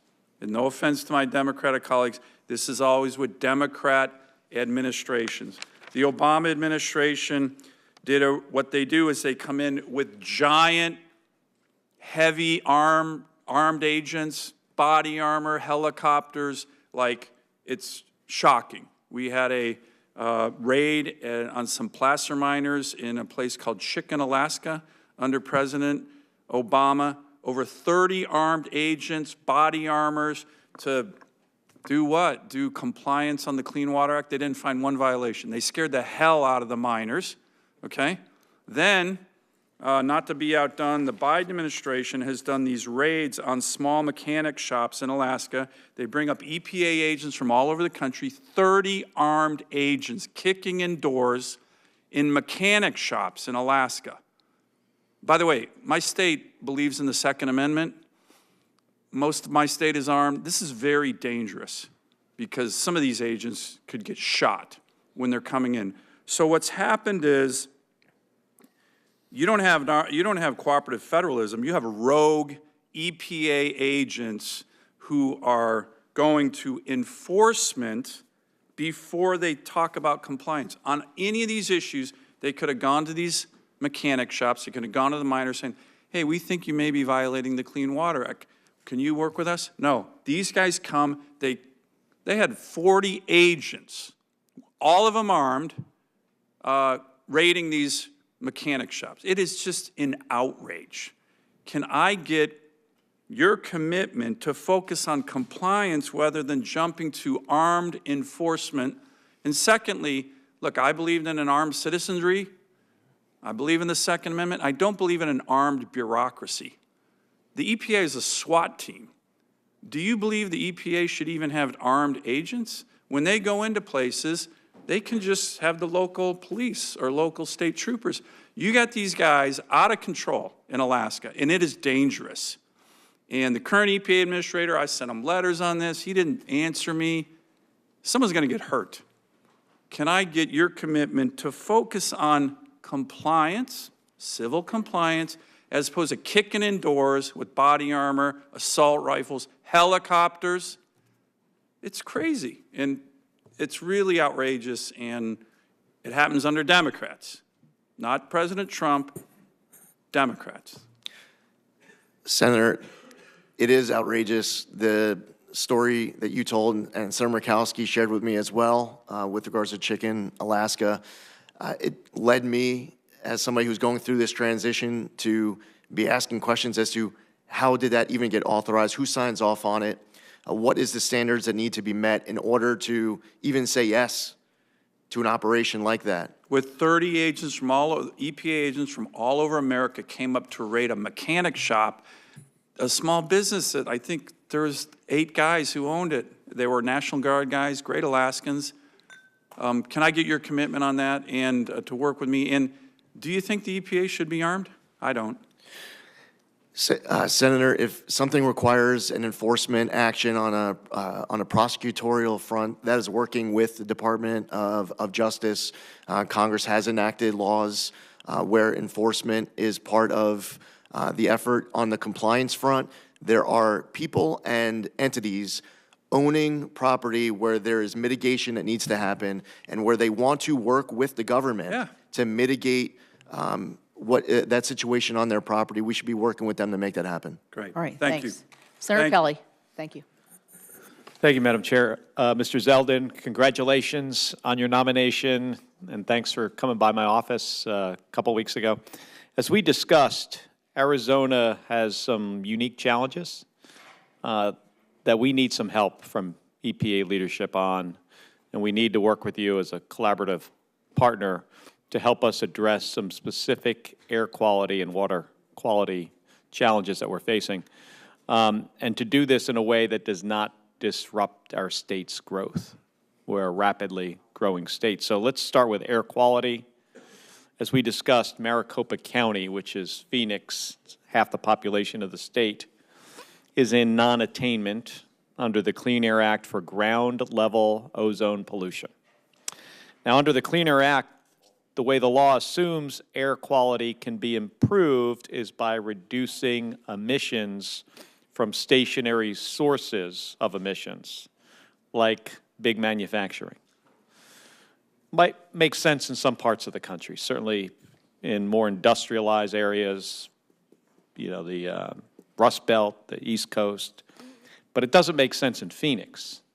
And the reason is we're a really young state, and we don't have a history of this heavy manufacturing. And manufacturing, by the way, is not the source of our air quality challenges in Maricopa County. EPA's own modeling shows that 80% of the ozone-forming pollutants in the Phoenix area come from either natural sources like wildfires or sources outside of the region, like California and Mexico. Now, this means that the typical EPA playbook for how to improve air quality and protect public health is not going to work in Phoenix. It's just not. So we need partnership and collaboration with the EPA headquarters and EPA Region 9 to address these challenges. And we've been working closely with state and local officials and our business community on this. And there are specific actions where we're asking for EPA partnership on. So I'd like to ask for your commitment to working with us on these issues. I'm going to go through them. There's like 4 of them. First, we have several new source review permits currently under review by the Region 9 office. If confirmed, will you commit to ensuring that those permits are prioritized for review? Senator, your priorities will be mine. We'll make sure that we follow the law, but making sure that this is top of the list. Thank you. And second, Maricopa County has submitted 2 local rules, which are called Rule 204 and 205. We spoke about those in my office, that would provide alternative pathways for generating offsets for new permits for new manufacturing facilities. So remember what I said, we don't have the heavy manufacturing that's shut down that would generate a permit. So these rules have some other ways to do that. So both rules are still pending final approval, although I understand that Region 9 and Maricopa County have been meeting weekly on this to resolve some outstanding issues. But Mr. Zeldin, will you commit to ensuring this coordination between EPA and the county can continue with the goal of having both rules approved as soon as possible? Senator, while I can't prejudge outcome as far as approval goes, on anything, you absolutely have my commitment to be able to work with you, those local partners, to come to Arizona. You also mentioned the Yuma example as well. And as you pointed out, you come from a state where, in a place like Maricopa, you don't have a lot of these sites shutting down. You have more coming in, which is a good problem to have in one way, but you definitely need that partnership with EPA. Yeah, it's challenging in the other way. Right. And that's what we've got to figure out. Third, as I noted, we're still trying to understand the long-term reasons our air quality is getting worse and how to resolve that challenge. Will you commit to help Maricopa County develop some better models to understand why our air quality is getting worse in Maricopa County and help us find some solutions to address this long-term? Yes, Senator. And fourth, in that same vein, we know that emissions from Mexico are a serious contributor to our air quality challenges throughout Arizona. Will you commit to having the EPA Region 9 and the EPA Office of Transportation and Air Quality work with our local officials to ensure that our attainment plans account for cross-border pollution? Yes, Senator. I also heard this concern from both Senator Schiff and Senator Padilla as it relates to Tijuana and the southern border of California. This is clearly an issue across states. I look forward to working with you on this issue. And then finally, will you also commit to working to find solutions to ensure regions throughout the western United States aren't penalized for emissions created by wildfire smoke? Yes, Senator. Thank you. Thank you, Senator Ricketts. Thank you, Chairman Capito, and congratulations again to Chairman Capito and Ranking Member Whitehouse on your new roles. And you mentioned our new member, Senator Curtis, but we also have a new member, Senator Schiff, with us as well. We actually have 3 new members on our side, and I've been waiting for them to assemble. Oh, okay, very good. I didn't want to leave Senator Schiff out because he's there. So, yep, no, not at all. I'm excited to work with the entire team here with regard to the upcoming session here. And Congressman Zeldin, good to see you again. Thank you very much for being here, and again, appreciate your family sacrifices in the past and serving our country and your continued willingness to sacrifice and serve our country again in this new role. You know, rule of law is what binds Americans' trust to government, right? All too often, we've seen under this Biden administration that the rule of law and congressional intent has been subverted by trying to appease radical left-wing environmentalists. And that undermines people's faith in government and the rule of law and the trust of our institutions. So thank you for your commitment to implementing the laws as Congress has written and is intended to be able to get back to the fundamentals of the EPA, which is protecting our environment, safeguarding our health, and looking out for the well-being of the public. I'm excited to restore this proper balance of limiting risk with using sound science to protect our environment as the EPA's mission as Congress, which is the EPA's mission as Congress directed it to do. We must follow the law to restore Nebraskans' faith in our government institutions. So one of the areas that you're going to have an opportunity to be able to do that has to do with our renewable fuel standard. And now this is one of the things I've commented in the past. I love this committee because we talk about ethanol and biodiesel and renewable diesel all the time. Chairman Capito will get tired of me doing that. But what we've seen in the past under the Biden administration is that, RVOs are set below production levels and they're chronically late. For example, the RVOs for 2026 are required by law to be published on November 1st, 2024. That did not happen, and it's not likely to happen until probably December 2025. The 2023 and 2024 RVOs will lag behind industry production by 3 to 4 billion gallons. That's the actual capacity of the industry today.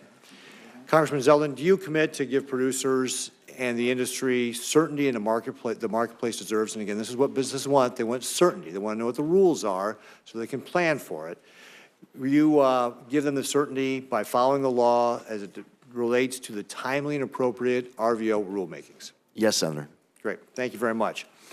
Another pressing biofuel issue for Nebraskans is year-round E15. I want to thank Senator Fisher and your former colleague, Congressman Smith, for their leadership on the issue. And I'm happy to lend my enthusiastic support to this cause. The solution is over a decade in the making, and we were very, very close in the last Congress to actually getting E15 year-round, and I hope we do build on that momentum here in 2025. Congressman Zeldin, although the issue will not be solved entirely by the EPA, can we rely on your part to create a market of certainty for liquid fuel stakeholders and agricultural producers by doing all you can to ensure that Americans will have access to E15 all year round? Senator, while I can't prejudge outcome of processes to follow across the board, I know how important this issue is to you, and I know how important this is to President Trump. The president has expressed this time and again with regards to you. You've heard it from Senator Ernst. I've heard it from Senator Grassley, Senator Thune, Senator Fisher, and others, Senator Hawley.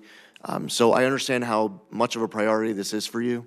As far as establishing certainty, hopefully this is something that Congress is able to resolve. To the extent that you're relying on the EPA to establish that certainty, I look forward to being able to do my part, and I want to continue to work with you to achieve the outcomes that we had discussed. Great, thanks. And, you know, one of the things that, and we'll get into it in the second round of the questioning as well, but I think it's really, really important that we get away from what the Biden administration was doing with regard to trying to tip the scales toward their solution. That's how I interpret their delay on renewable fuels. Like, we all want to reduce our impact on the environment. Renewable fuels are one of the ways we can do that. They wanted to push their solution with electric vehicles. And again, electric vehicles can be part of the solution on how we do that as well. But what we should be focusing on is how American innovation, and I appreciate the fact that you mentioned this in your opening, American innovation is how we solve our problems in this country. So allow Americans to innovate, to find ways to be able to reduce our impact on the environment. And I'll give you just one example. Last year, or maybe it was 2 years ago, I was seeing a demonstration by a hybrid vehicle that had, for a $600 kit, had been equipped to burn 85% ethanol. And it was getting 38 miles to the gallon while reducing the amount of emissions that would have normally been done with a gasoline engine.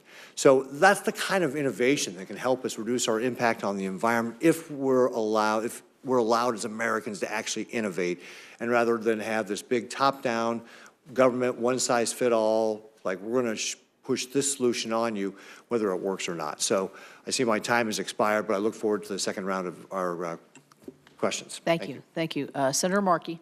Yep. Thank you, Madam Chair. Congressman Zeldin, in 2016, in a congressional debate, you said, quote, "There are many different ways that we can be better stewards of our environment. The key is to reduce our reliance on fossil fuels, to become more environmentally friendly, and to pursue clean and green energy." Do you still believe, Mr. Zeldin, that it's our job to reduce our reliance on fossil fuels? Ideally, Senator, to the extent that, first off, I support all of the above energy. No, I didn't ask you that. I said, do you believe it's imperative that we, using your words, reduce our reliance on fossil fuels? Do you still believe that? In considering all factors, in an ideal world, we would be able to pursue always the cleanest, greenest energy sources possible. Well, I'm not hearing you say that you agree with Lee Zeldin in 2016. So that means that we're in a completely different context than for your nomination hearing. Do you see the fires in LA right now? Did you see the storms ripple through Georgia and through North Carolina? The threat of climate change hasn't gone away since you said that in 2016. And I'm just worried now your change of tone is politics and not the science, which you apparently did believe at that time. Let me ask you the next question. Do you also accept that under the Supreme Court's ruling in 2007 in Massachusetts versus EPA, and in 3 subsequent cases, that the EPA is obligated to regulate greenhouse gases as air pollutants from motor vehicles, power plants, and other industrial sources as, quote, the Supreme Court said in their decision, may reasonably be anticipated to endanger public health or welfare. Do you accept that as a mandate, Mr. Zeldin? Authorized. Yes, Senator. You do? Authorized to, Senator. Authorized to. You don't actually then accept the requirement that you have to deal with the endangerment that fossil fuels actually poses to LA or North Carolina or Florida or the Gulf Coast almost on a yearly basis. You don't accept that. Senator, I just want to be accurate. And in citing Massachusetts versus EPA, the decision does not require the EPA. It says authorizes the you're EPA. obligated. You're obligated to regulate. If you find there's an endangerment, you're obligated. Do you feel that it's an obligation? Yeah, but it doesn't say that you are obligated to, and that's it. There are steps that the EPA would have to take in order for an obligation to be created. I'm just going off the actual text. Right. Of Well, the Supreme again, Court legislation. Do you think we're in danger in LA? Do you think the people in North Carolina and the Gulf Coast were in danger? Are they in danger? Absolutely. For people who are having their All right. homes burned down. Then you have an obligation to deal with that and to do something. Senator, I'm not hearing your job at the, you see your job at the EPA as doing something about it. You know, we're watching firefighters run towards the flames in Los Angeles, and the EPA is responsible to keep the fiery embers of climate change under control. Power plants, cars, industry. Are you going to fight those dangers, Mr. Zeldin? Are you going, as you said in 2016, or are you going to fan the flames of destruction on the demand of the fossil fuel industry, which you now refuse to actually hold responsible for the rapidly warming country that we're living in? Senator, there's a few things there. First off, as far as the Supreme Court case goes, it was not a decision of the Supreme Court that if there was a fire in 2025 in California, that if that fire creates a danger to people who are having their homes burned down, that the EPA is then that triggers the EPA to regulate carbon dioxide. There's just more to that. I'm just trying to be accurate. It's pretty simple. It says the EPA is supposed to be the environmental watchdog and not a fossil fuel lapdog. That's what it says. But it doesn't actually say that, Senator. It's supposed to have families be able to sleep at night knowing their air is clean and the water is safe and their future is protected. And it just should not leave people up at night wondering if they are going to have danger that comes into their family's existence because of polluters. That's the job.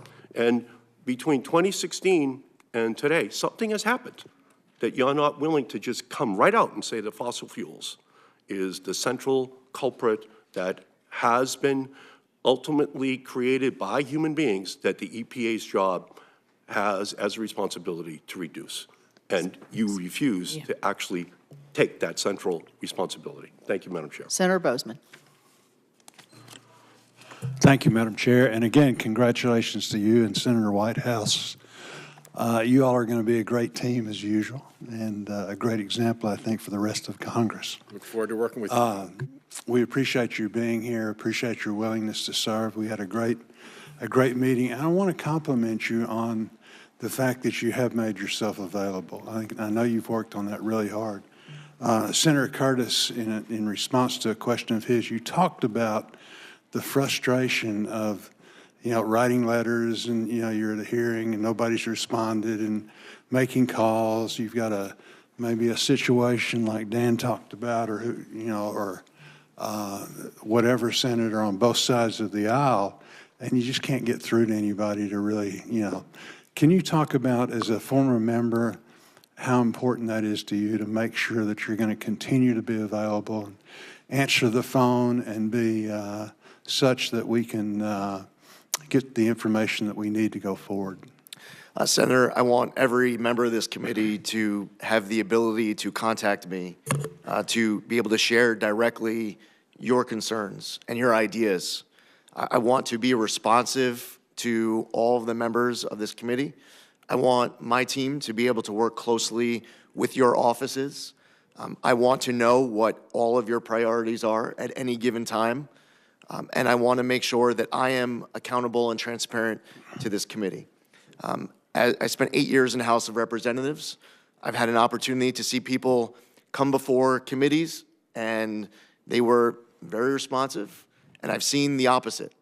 And it is important More often than not. You know, especially with your great chair, and she has a great team to make sure that the EPW committee on both sides of the aisle, with Senator Whitehouse and Senator Whitehouse's team, I want to make sure that there is a very strong relationship between this committee and the EPA. Very good. I have the privilege of serving my colleagues as chairman of the Ag Committee, which is the direct oversight of EPA's Office of Pesticide Programs. I understand you and Agriculture Secretary nominee Brooke Rollins have a good working relationship. As issues affecting agriculture arise, I've found farmers and ranchers are best served when the EPA and the Department of Agriculture are working together. Can you tell us about how you envision EPA and USDA working together to create a predictable, science-based, and efficient regulatory system to ensure the timely availability of products and tools farmers and ranchers depend on to produce the safest, most abundant, and most affordable food supply in the world? I agree with everything that you just said, Senator. That must be our goal. That should be the relationship between all agencies, including the interaction between the EPA and the USDA, in a way that you are able to go back to all of your constituents and to be able to talk about that progress that has been achieved as a result of these agencies working together. Very good. For the last several years, the EPA failed to collaborate with industries and states prior to rulemaking. I think that's true of whatever administration has been in power. Early in the Biden administration, it became evident the EPA's agenda was shaped by the input from a narrow group of stakeholders. Given that every rulemaking has a significant impact on businesses, workers, and domestic manufacturing, which cannot simply be restored overnight, how will you work with industries more collectively to ensure that their concerns are addressed while maintaining a balanced approach to environmental protection? Senator, first off, it is important that the EPA is always fulfilling our obligations under the law, that we are abiding by the rule of law, that we are following our commitment to Congress to be able to follow the Administrative Procedures Act and to ensure that all actions are durable well into the future. As far as engagement throughout that process, it is important to hear from people who have good, substantive, informed feedback that allows the EPA to be able to do a better job, to make better decisions. And that, at times, might involve me speaking to people who I might agree with or disagree with on any given day. But the worst thing that I could possibly do, that the EPA could do, is to turn a blind eye to great substantive feedback that will better inform our decisions so that we are being responsive and transparent, not just to Congress, but also to the American people. Good. Thank you, Madam Chair. Thank you, Senator Schiff. Thank you, Madam Chair. I feel I should address the mountains versus hills controversy. As a senator from a state in the West, I'm inclined to agree with Senator Curtis. But as I understand where the chair is from, and you are the chair, I'm inclined to agree with the chair. Thank you. So let me just say unequivocally, I've got friends on both sides of this issue, and I stand with my friends. Mr. Zeldin, as you're well aware, the horrific fires that have ravaged California over the last week have displaced thousands of people, resulted in the loss of more than 24 lives. As these fires continue to destroy Californians' homes, livelihoods, and so much more, it's more important than ever that California has the full support of the federal government to recover and respond. Fueled by severe drought conditions and strong Santa Ana winds, unimaginable events like these fires devastate communities and worsen Californians' water scarcity. When you were a state senator in New York, you were a member of the State Senate Bipartisan Task Force on Hurricane Sandy recovery. You applauded a comprehensive legislative package that included tax assessment relief for properties catastrophically damaged by the storm, revisions to regulatory obstacles that slow down the rebuilding process, and improvement and continued expansion of state insurance laws to help policymakers receive funds following a disaster, and more.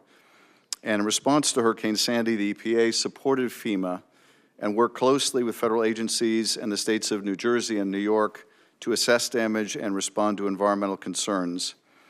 The EPA stepped in to assess the condition of drinking water and wastewater facilities, helped to get several damaged wastewater treatment plants in New Jersey up and running, evaluated conditions at hazardous waste sites, and assisted in the collection of debris and household hazardous waste.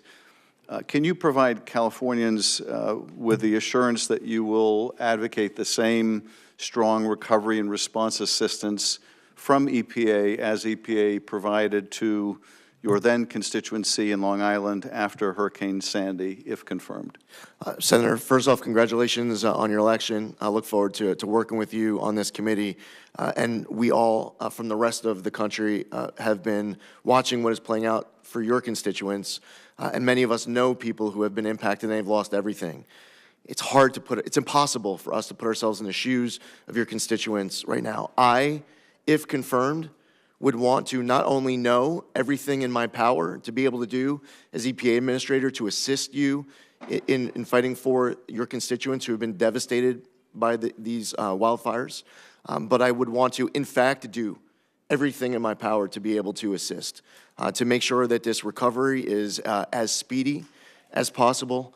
I would like to come to California to speak to those on the ground, hear any concerns that we need to take back with us to Washington, and to assist both you and Senator Padilla and your House colleagues to be able to fight for these constituents who have lost everything. Thank you, Mr. Zeldin. We will welcome you to the state and look forward to your visit. After the Maui fires in August 2023, EPA crews removed more than 200 tons of hazardous materials from 1,400 plus properties in the fire-impacted areas. The EPA also deployed water emergency team members to provide on-the-ground guidance and technical assistance for stormwater, wastewater, and drinking water for the county of Maui. Do you commit also to prioritizing similar assistance for California to ensure that local water supplies are tested, treated, and restored to safe drinking water standards, just as EPA stepped in to do after the horrific Maui fires? Senator, I would want to do everything in my power, if confirmed as EPA administrator, to be able to assist with that as well. And I assume, Mr. Zeldin, your response will not depend on whether disaster strikes a red state or a blue state. You will equally work to speed relief to those Americans affected. Yes, Senator. It does not matter what kind of a state you're from. All 50 states are going to be of the highest importance, regardless of where a disaster ever strikes anywhere in America. Thank you. Let me touch on one other major issue that we discussed yesterday. That's the Tijuana River pollution crisis. This crisis has brought immense industrial waste and raw sewage over the border from Mexico into California, posing serious environmental and public health challenges to San Diego and Imperial County. We've had beaches shut down. We've had SEAL training facilities deeply impacted. Coast Guard and Customs and Border personnel have routinely reported suffering from infections and gastrointestinal illnesses.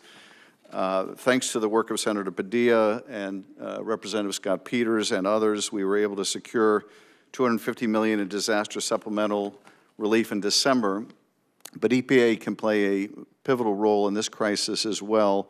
I would ask you to support EPA's Border Water Infrastructure Program, but also, will you agree to review EPA's January 7th decision to deny a request to investigate the Tijuana River Valley for a potential Superfund designation?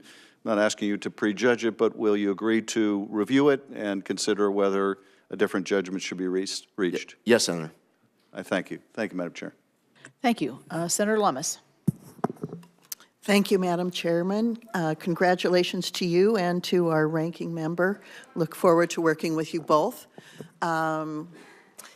Zeldin, it's great to see you. Thank you for accepting this nomination and appearing before this committee. I enjoyed serving with you in the U.S. House and look forward to serving with you in your new role at EPA. I also want to extend my warmest welcome to your family. I want to start with a very, very fundamental question and give you an example. The question is it your job as EPA administrator to follow the science or follow the law? Here's the question associated with that question. Clean Power Plan 2.0 has rules associated with it that run afoul of the Supreme Court's ruling in West Virginia versus EPA. So as administrator, will you follow the law, both in statute and as interpreted by the Supreme Court? Senator, on every situation, if confirmed as EPA administrator, my first obligation will always be to follow my obligations under the law. With regard to goals and clean air, is the goal to have clean air, or is the goal to eliminate specific fuels? The goal, the reason why a regulation might be in place is the end state of wanting to have the cleanest, safest, healthiest air, drinking water. That is the goal, the end state of all the conversations that we might have, any regulations that might get passed, any laws that might get passed by Congress. What brings us all together should be the ultimate goal of having clean air and clean water. That is my goal as well, and I look forward to working with you to accomplish that goal. I spent 4 days in October in Silicon Valley, mostly meeting with firms that are developing artificial intelligence. If the U.S. is to be the leader in developing AI, we need abundant energy, and it has to be baseload energy. The demands of artificial intelligence for energy are going to be extraordinary. And so our goal, as you and I agree, is to provide that additional abundant energy so the United States can remain the leader in the world on the development of artificial intelligence, provide that additional energy in the cleanest way possible. And in some instances, that may involve finding the absolute cleanest way to continue to use fossil fuels. I want to point out to you, if you look at how clean natural gas is in the United States compared to other countries and compared to other sources of energy, you'll be stunned at how clean it is. Yet, sometimes this panel and others tend to lump all fossil fuels together and assume that they cannot be provided as part of the energy baseload in this country in a clean way. I'd like to invite you to Wyoming so we can show you that there are ways that fossil fuel can be used and that carbon capture and sequestration can be used to help include all types of fuels in developing the energy this country needs in order to be artificial intelligence leader of the world. Now, I have another question with regard to small refineries. Thank you for indulging that editorial comment. Are you aware that there are more than 100 petitions for hardship relief that remain to be decided by EPA, some dating back more than 5 years, with regard to small refineries? And if confirmed, can we work together to outline an expedient timeline for reaching decisions? Yes, Senator. Thank you. I want to include a couple of other questions that I think are of significance with regard to PFAS.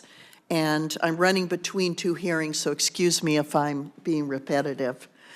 Do you plan to ensure that EPA's policies are effective while protecting passive receivers from lawsuits and consumers with unreasonably high utility bills? And let me explain here. The Biden administration's plan to designate legacy PFAS as hazardous substances under CERCLA can impose liability on entities like municipal water systems that did not produce or knowingly handle these chemicals. So these entities are called passive receivers. I know that it's true at airports. They have PFAS issues as well. And so these passive receivers are now vulnerable to lawsuits that literally could bankrupt small local governments across the nation.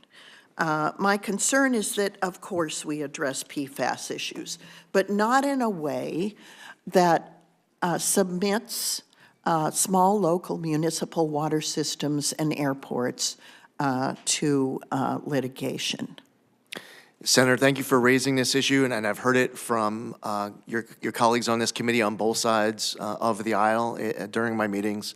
It's something that is a big issue to you, and it will therefore be a big issue for me.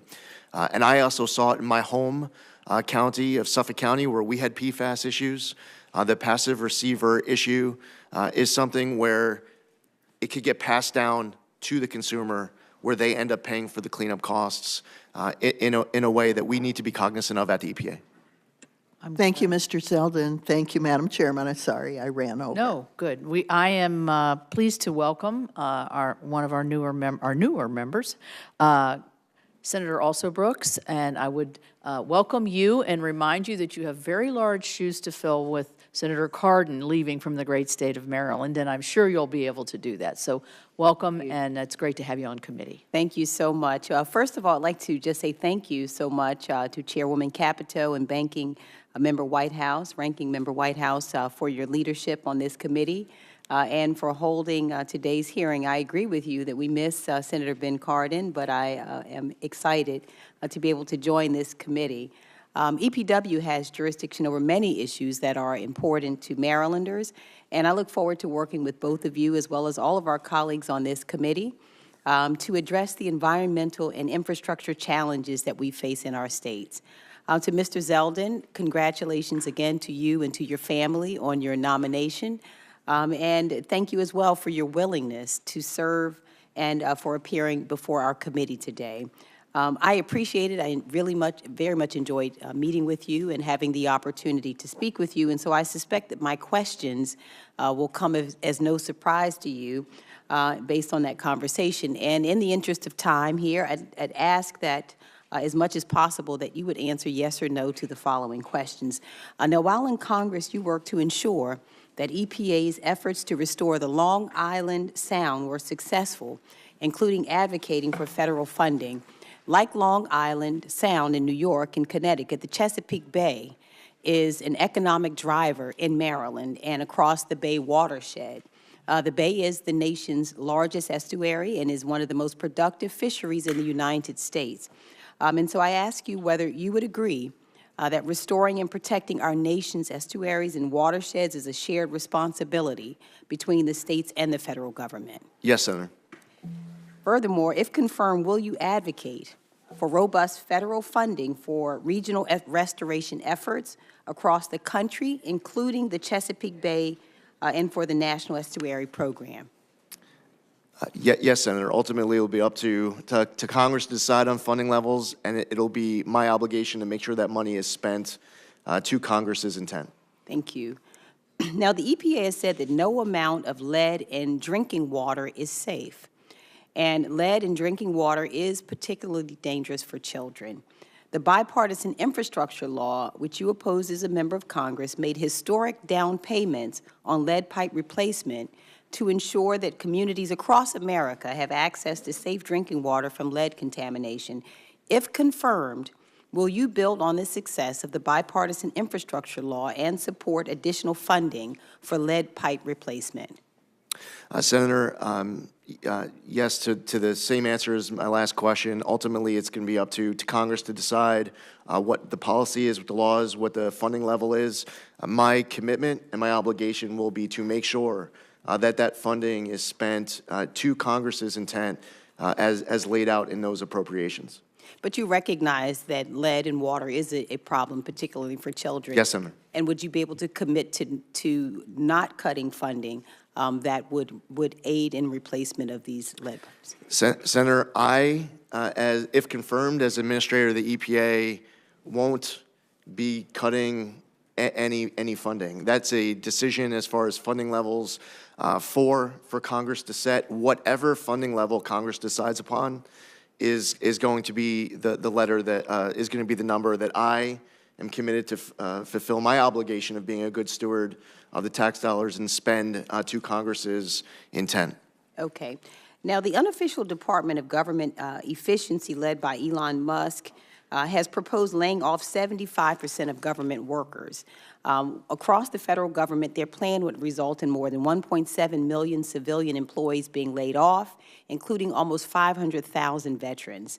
If the Trump administration follows through on this proposal, that would mean more than 12,000 employees at the EPA would be laid off, and many of these are hardworking, dedicated public servants who live in Maryland. Do you support firing 75% of EPA employees?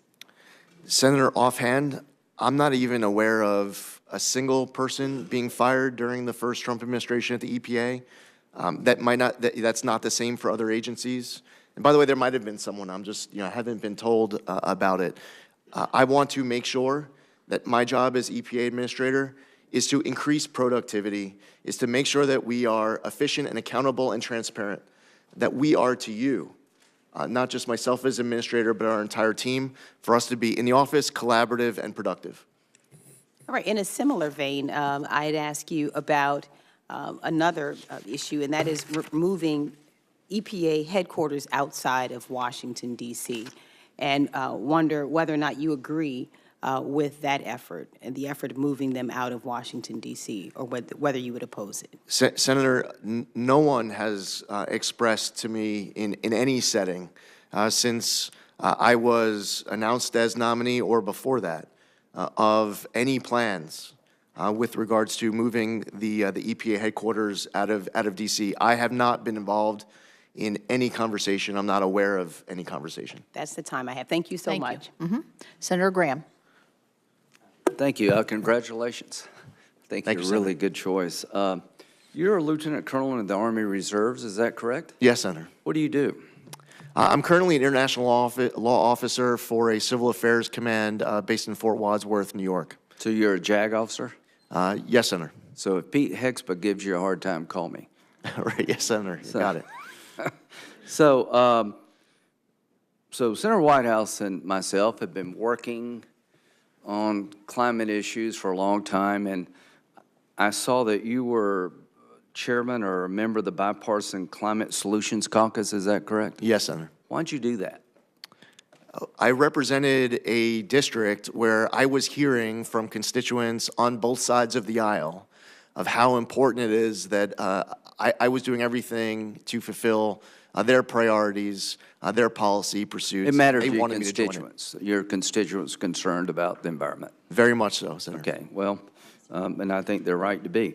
In terms of fires, and you know, God bless the people of California. We want to help them as much as we can, quick as we can.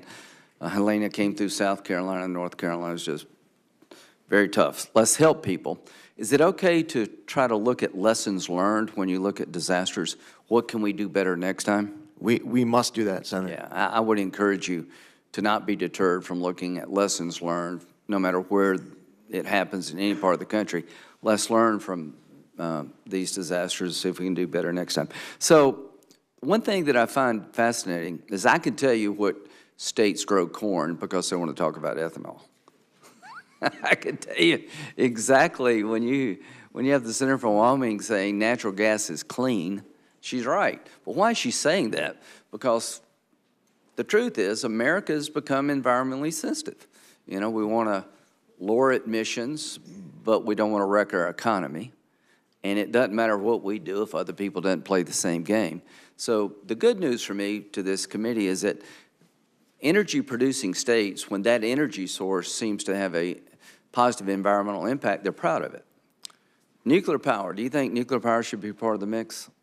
Yes, Senator. Yeah, me too. I think small modular reactors need to be looked at again. We had disasters building big nuclear power plants, but they're non-emitting sources of fuel. Like every other fuel source, they have their problems and downside, but I'm glad, I think my state has the most power from the nuclear industry per capita than any state in the nation, and I'm a big fan of trying to expand our nuclear power footprint. Look forward to working with you. Now, no matter what we do here, I think a lot of us feel like we've gone too far. EPA's ignored the law. They kind of have a political agenda rather than a congressional agenda, or, they violate Supreme Court holdings. We'll have that debate among ourselves. But one thing I think we need to look at, no matter what we do here, we all care about the environment. But when it comes to CO2 emissions, let's just use that. China and India, the Paris Accords, to me, were insufficient to the task. I've been working with Senator Whitehouse. How can you get big economies like China and India to adopt better practices? Tariffs have, if you're a tariff person, your ship has come in. We have tariffs on everything and everybody, apparently. But one of the things that Senator Whitehouse and I have been talking about is a carbon pollution fee, tariff, call it whatever you want, that if you're in China and you're making steel and you have the worst business practices, you're in India, you have really basically no environmental practices at all. Europe and the United States, we're trying to have responsible manufacturing and energy extraction, trying to be environmentally sensitive, realize we've got to run an economy. What should we do about China and India? Do you like the idea, or at least you open-minded to the idea that people who basically use unsound science, reckless environmental policy, maybe it's time for them to pay a fee? Well, Senator, and thank you for your service as well. As you remember learning about the DIME principle as an officer in the military, we have multiple instruments of national power. So putting aside the M, military, we have instruments of national power of multilateral, bilateral diplomacy, information operations, and economic pressure. We need to be utilizing all instruments of national power to be able to deal with adversaries abroad across the spectrum of all the issues that face our country. With regards to specific policies, and you brought this up, your work with Senator Whitehouse on this issue when we met in your office, and I know that this is important to both of you. Ultimately, this is a matter for Congress to decide in what direction Congress wants to see this country go as far as writing laws and creating Do you agree programs. with the concept that we need to push China and India? I mean, they have an advantage. They're not playing the same game that Europe and the United States is playing, and I think it's a game we should all be playing. Are you open-minded to push them to do better? Yes, Senator. Right, we'll go to Senator Wicker. Thank you very much, Mr. Zeldin. I am absolutely delighted that someone of your intellect and character is going to take over this position, and I certainly support it. There's been a lot of talk about PFAS. Let me just say I applaud your answers, and I think it's important for the public to realize that we need to do what we can to prevent exposure to PFAS. But in terms of the things we are needing for national security, such as munitions, aircraft, and vehicles for our Department of Defense. We can't do without it, and we're going to have to use it for a while. So that is a statement that I'll not attach a question to since it's already been discussed. Let me talk about a couple of items of local interest. DeSoto County is the county in Mississippi that's the suburban county to Memphis, Tennessee. Some years ago, Memphis and DeSoto County went in together, got federal funding for a wastewater disposal system. As DeSoto County has now exploded in population and is now 200,000 people, the people of the city of Memphis decided that we were taking too much capacity and that DeSoto County should go it on its own, and went to a federal court, and perhaps a Tennessee judge saw it the way that Memphis was looking at it anyway, ruled that DeSoto County's got to get their own wastewater system and do it in a hurry. Happy to do this, but the federal government having told us that we have to do it, we're going to need some help. And so I hope that you can commit to using all your authority at your disposal through subsidy loans and other mechanisms to help us fund this very expensive thing that's being required of us. I believe the EPA should engage with regional offices to ensure that they're taking proactive role in addressing critical needs. So will you commit in your new role to working with us and with the city of Memphis to resolve this problem? Yes, Senator. I very much appreciate that. Now, let's move down to Jackson, Mississippi, where we've had a flood problem for some decades. A flood control measure was authorized in the WERDA Act of 1986. I don't know what you were doing in 1986, Mr. Zeldin, but it was a long time ago. This initiative has undergone several revisions, and at my urging and my almost weekly and monthly exhortations, we are nearing final approval of the Pearl River Flood Control Project in Jackson, Mississippi. The local sponsor backing the project, which is the Rankin-Hinds County Pearl River Flood and Drainage Control District, has diligently addressed all the environmental concerns. I hope we get approved in this calendar year, but I don't want decisions made in some room where our guys are not there to at least put their point of view in. So would you agree that local sponsors should be involved in discussions, scheduled meetings, and activities related to finding solutions as we go forward in the final stages? Yes, Senator, and I would like to travel to your state and meet with these individuals and these groups who you want to make sure I hear their feedback from. Good. Well, I can assure you it's bipartisan and just about as broadly based as possible. Now, let me just mention something, and I don't know that that you can make any promises to me because this is before the Supreme Court, but I just want to say on the record, there is a good neighbor rule that's come out of the Biden administration, and it has somehow concluded that my state of Mississippi, under a population of under 3 million, is somehow to be penalized for downwind ozone pollution from Mississippi to Dallas-Fort Worth and Houston.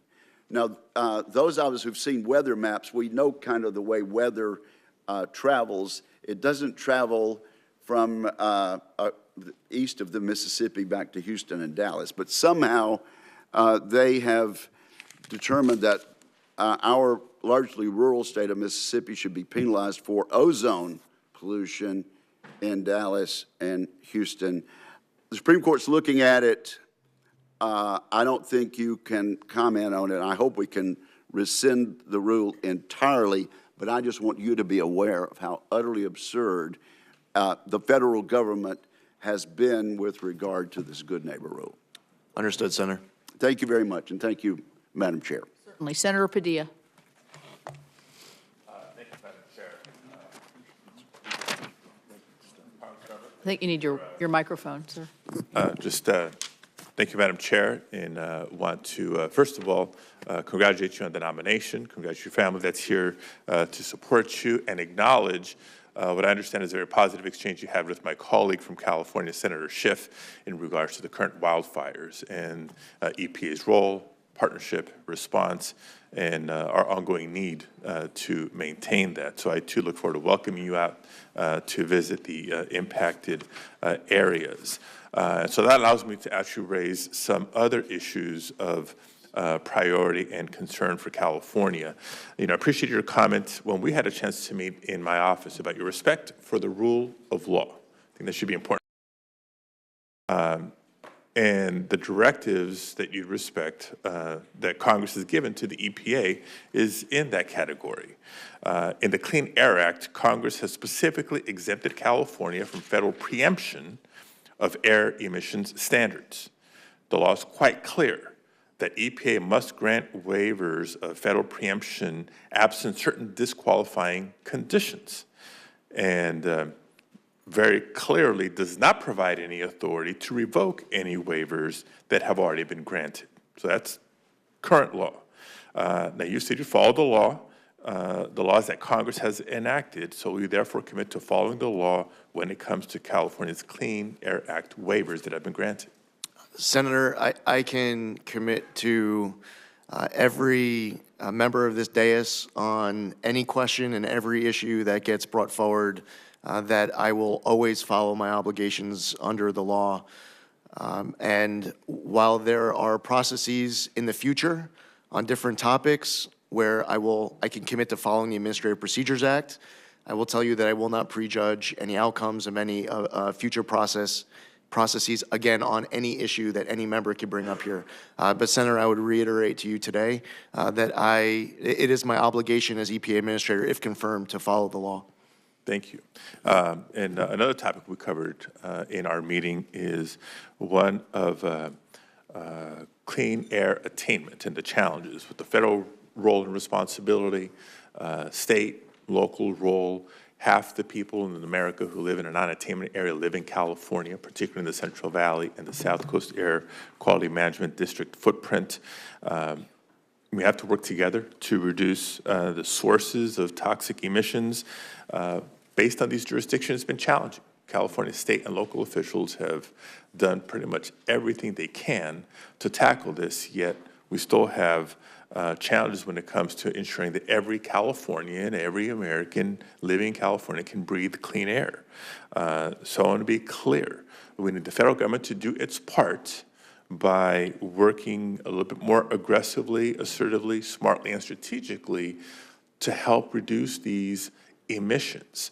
Help us reach attainment, not by lowering the bar, but by doing the work in areas that the locals have not been granted the jurisdiction to do so. So can I count on your commitment to use regulatory authority to do just that? Yes, Senator.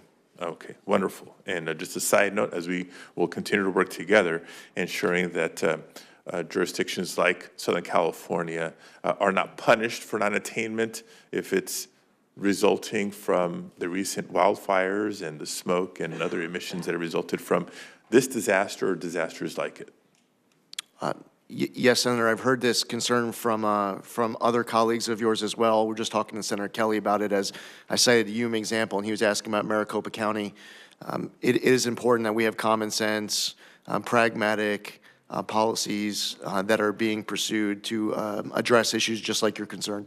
Yeah, to your point, and I'm glad Senator Kelly brought it up, these concerns about fires and their impact, not just the short-term devastation, but the longer term when it comes to public health, when it comes to air quality, is not unique to California. I mean, California is in the news right now, but throughout the West and beyond because of our changing climate and weather patterns. Another important topic that we discussed in my office is not just water supply, water quality, but water affordability.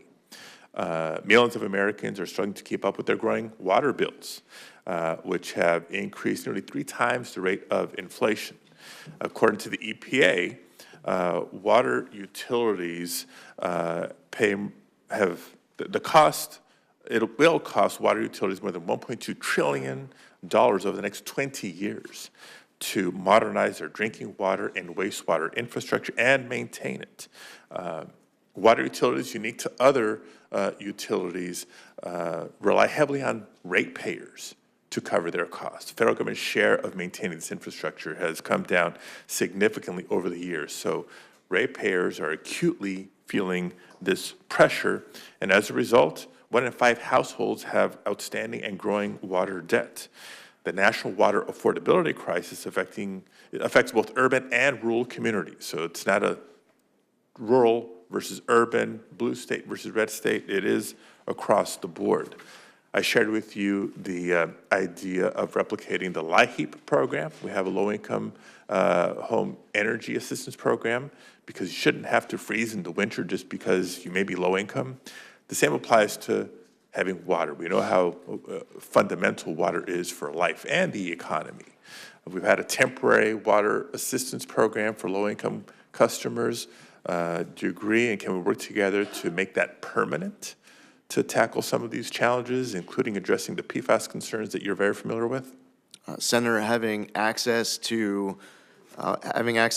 clean drinking water is something that I want to, if confirmed, to be able to do my part, and working with you and your colleagues across the entire country to deliver. Every American, in my opinion, and it's just my opinion, should be able to access clean drinking water.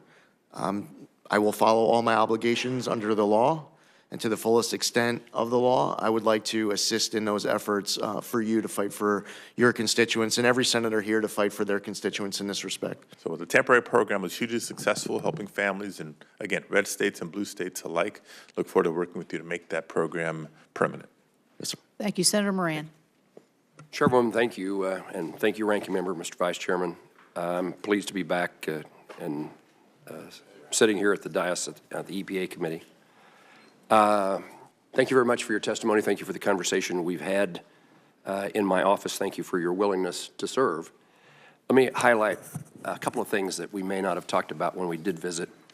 I want to describe the Kansas oil and gas industry to you. We are an oil and gas producing state, but our production is done by really small independent companies that produce from what we call stripper wells, which means they produce less than 15 barrels of oil a day. It's a significant component of the Kansas economy and significantly important. And in my view, this small-sized, small businessman and woman who operate oil and gas leases and explore for additional production of oil and gas, the EPA has written one-size-fits-all solutions. We are not the majors, and we are stripper well producers. And I just want your commitment to work with the industry, these small producers, to find right-sized regulations for the circumstances that they're in. Senator, I would welcome an opportunity to travel to your state to meet with them, whether it's at your office or elsewhere. I want to know about all of your priorities, including this one, but also to make sure that anyone who could provide any type of insight that can make me better informed to make better decisions, that I welcome any of those opportunities for conversations and collaboration. I think that's a wonderful offer on your part, and I'm very grateful for it. I sometimes am reluctant to ask every nominee that comes before me, would you please come visit Kansas? And you volunteered. So I'm appreciative of that. And I would tell you, I can't imagine the excitement, the opportunity that people in that industry would see to have the capability of talking to somebody with you, like you directly in a state like Kansas. So thank you, and we'll get on your schedule, although you have to say once confirmed. So I look forward to that. In a different vein of energy production. I've created, with my colleague Senator Bozeman and others, a Sustainable Aviation Fuel Caucus. Kansas and Wichita in particular is the air capital of the world. We produce many more general aviation aircraft than anybody. We manufacture with thousands of employees working in aviation and aerospace. And I want to bring together the opportunity to bring the agricultural aspects of Kansas together with the aviation aspects and pursue the development of SAF, Sustainable Aviation Fuel. I wanted to know, I guess the question would be, we need your help in pursuing opportunities to develop the technology and any regulations that would follow that. And I suppose if you're coming to Kansas, we ought to introduce you to the people who are in the process of developing a new industry as the airline industry shifts itself from fossil fuels to, let me say that differently, from the fuels it uses today to sustainable aviation fuel produced by agricultural byproducts. Senator, I look forward to that conversation as well. Okay. The state revolving funds, I don't know whether anybody's asked this question before, but it'd be a mistake for me. That clean water and drinking water state revolving funds are hugely important. I represent a lot of communities in which they are placed under significant requirements by the federal government, but they don't have the ratepayers. They don't have the number of users of water. It stands out to me, the small town in my home county, a town of about 80 people, have a regulation that they couldn't raise the rates on their water users sufficiently enough to pay for the regulations. And so the Clean Water and Drinking State Revolving Fund is hugely important to help small communities meet the needs. Many, if not all, want to meet those standards, want their consumer, their water purchaser, to have the cleanest, safest drinking water possible, and yet the rules are so unaffordable, they don't know where to turn. I'll work with you, and I just want to make sure that you would commit to continuing to support a robust funding. Yes, Senator. Ultimately, the funding level will be set by Congress. It will be my responsibility to ensure that I'm doing my part to fulfill congressional intent and being good steward of tax dollars so that I can report back to you on all sources of funding coming through the EPA. This specifically, I've heard from other colleagues of yours on this dais as a top priority of theirs, and therefore it will be a top priority of mine too. I thank you for that. I would also add that you should need to be a voice within the administration as the budget is prepared and OMB makes decisions in support for the fund as well. It's certainly true that presidential budgets are not irrelevant, and it's useful if we start with a robust number that is beneficial to the country. Last question I'll ask is, I'm interested in what our country's doing. I'm involved in the national security aspects of my time in the Senate involves those things. Is there any role for EPA to play in the critical minerals world? Yes, Senator.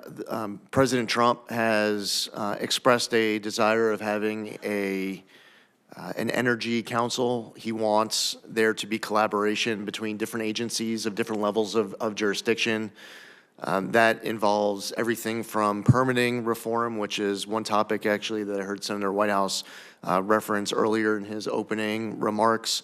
I believe that it is important for agencies to be working together, regardless of whether we are the lead agency or we have a different role to play of following another agency. But I look forward to any collaboration working with other agencies to do EPA's part.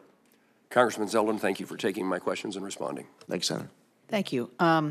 Last but not least is someone who also has some big shoes to fill, as the former chairman of this committee was from the great state of Delaware. But I know that Senator Blunt Rochester is well up to the task, and we welcome her to the committee and welcome you to the questioning. Thank you. Thank you, Madam Chairwoman, and thank you so much to you and the ranking member for the warm welcome. I'm excited to be on this committee. Senator Carper and I wear different types of shoes. I wear pumps. Let me begin by expressing my gratitude, though, to the former chairman of this committee, my friend and mentor, Senator Tom Carper, for his years of faithful service, not only to this committee, but also to our nation and to saving our planet. I'm proud to be able to be a member of this esteemed committee. And Mr. Zeldin, I appreciate your visit last week, and you clearly stated in your testimony that we must ensure that we protect our environment. And in our conversation, I shared with you the rich diversity of my state, from our farmers to city dwellers to our coastal communities and our environmental justice communities, and why the EPA is such an important and great partner to our state. I've, in my time in the House, prioritized clean air, clean drinking water, affordability of those things as well. And for us, it's crucial that we have the best candidate for the EPA administrator. So in our conversation, I was really pleased also that you earnestly acknowledged that climate change is real and that you are committed. You actually affirmatively, before I even got the question out, said you committed to following the science and letting that dictate the policies of the EPA. And as I said in my home state, we feel the impact of climate every single day. And as a former member of the House, I know we talked about the similarities in our district, low-lying, vulnerable to sea level rise, and it's critical to our coastal communities. How will you direct the EPA to help these communities like ours survive the rising sea levels and extreme weather brought on by the climate crisis? Senator, this is a topic that involves multiple agencies working together. So EPA being able to do its part is incredibly important. EPA might not have the funding that the Army Corps of Engineers is bringing to a particular project as may be authorized by Congress.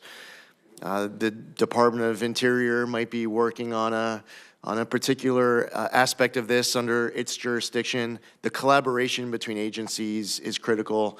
The collaboration between agencies and Congress is going to be important as well.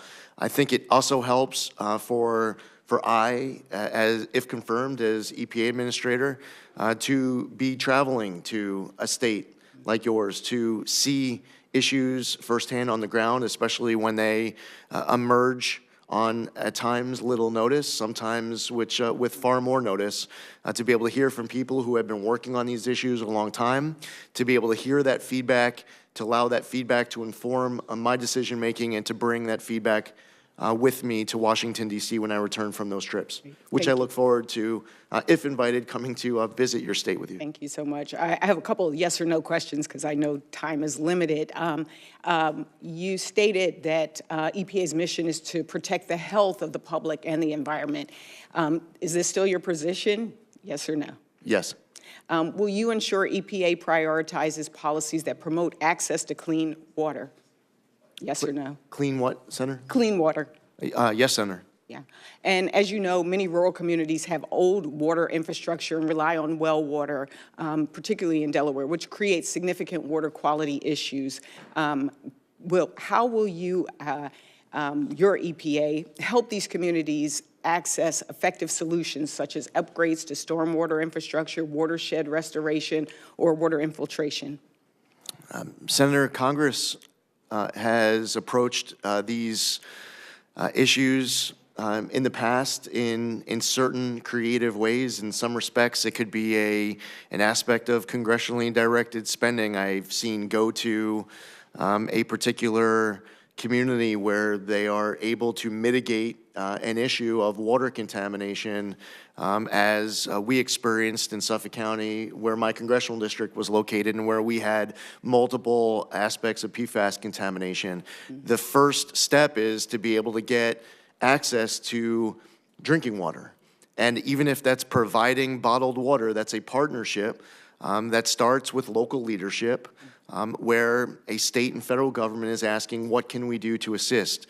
What's important is long-term mitigation. And what is so frustrating to the American public is when they see these issues lasting for 10, 20, 30 years and the ball's never moving in the right direction. I look forward to doing my part to work with your local communities to get these issues mitigated to whatever extent I can help. You actually brought up for me something that was personal. We have communities that did not have access to clean drinking water in our state, and so it was important for us to work on that revolving state water fund, getting that water to those communities, but also the water affordability. And Senator Padilla mentioned the work on the LIHEAP for low-income for water programs. I led that charge in the House side and would love to continue working, again, to make this a permanent program for those families. I will yield back, and hopefully we have a second round of questions so that I can ask about soot, particulate matter. Thank you, and I yield back. Thank you. And this does end the first round. I would say we had full participation in the committee, which we're going to expect at every meeting, right? And I am very pleased with that. I also, in the interest of not wanting to hurt a new member of my committee, neglected to welcome Senator Moran as a new member of this committee. So, well, a returning, well, that's why I didn't say anything, because you're returning. In any event, I didn't want to chance those hurt feelings, since mine have been hurt all day by denigrating my mountains, but we won't get into that any longer. So we're going to go to second round, and we'll do it in the same order as the folks that were here. Before I begin my round, I would like to put into the record a January 3rd support letter from the former chairman of the Suffolk County Water Authority, which states, "The EPA requires strong leadership that balances the complexities of environmental protection with the practical needs of communities across the country.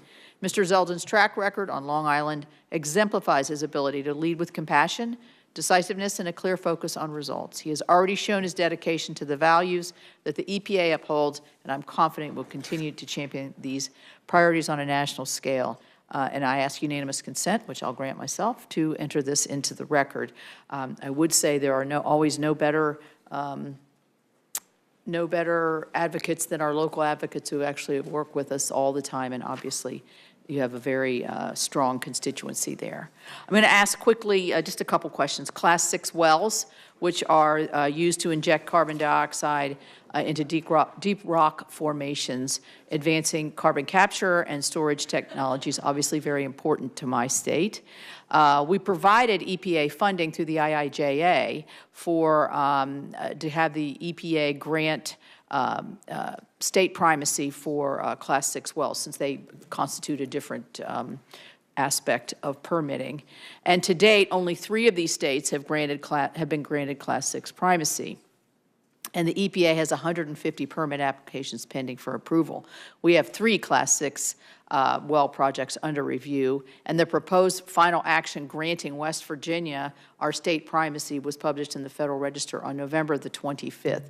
This is going to be very important to us, as we had testimony last year that the North Dakota, who has primacy, was able to permit, I think, 7 wells in a short period of time, whereas the EPA, as they were trying to permit under their federal authority, it took them over many more years the time to permit just 3. So you can see how those who, again, who are closest to the situation have the ability to make good decisions. So will you prioritize the timely completion of West Virginia's Class 6 permitting process and work with me to ensure that the EPA is a resource rather than a barrier in this transition? Yes, Senator. Thank you. You mentioned permitting, and I was very pleased to hear Senator Whitehouse mention permitting reform. We've had lots of stops and starts over the last probably 2 to 3 years on this very issue, and it's holding up construction of critical energy, manufacturing, infrastructure, transportation, doesn't matter what kind of energy, renewable energy, pipelines, whatever. So we need to make it easier to build in America. I believe that's President Trump's vision as well, by modernizing and streamlining our environmental review and permitting processes. Congressman Zeldin, what opportunities do you see for EPA to be able to establish more efficient and predictable permitting processes, in addition to working with all of the other agencies that play a part in this vital decisions? And Chairman Capito, that last part of your question is key for different agencies to be able to work with each other, collaborating with each other, and also for agencies to be able to collaborate with Congress on any opportunities that Congress sees to pursue permitting reform as well. As far as EPA jurisdiction goes, We see a role of the EPA, for example, as it relates to environmental impact statements. There are different issues where there will be opportunities for the EPA to follow its obligations under the law. There's a possibility that Congress might choose to make changes to the law on items that are under EPA jurisdiction. I would look forward to doing my part to make sure that the EPA is not holding up any opportunities to be able to pursue sound applications that otherwise would be and should be approved.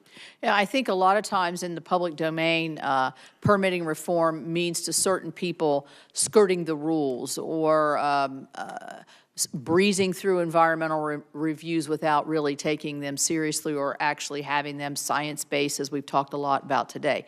That's not what permitting reform means. Permitting reforms means make these environmental, clean air, clean water rules and others and other agencies work together and work so that we are getting the right result of clean air, clean water, but we're able to move forward.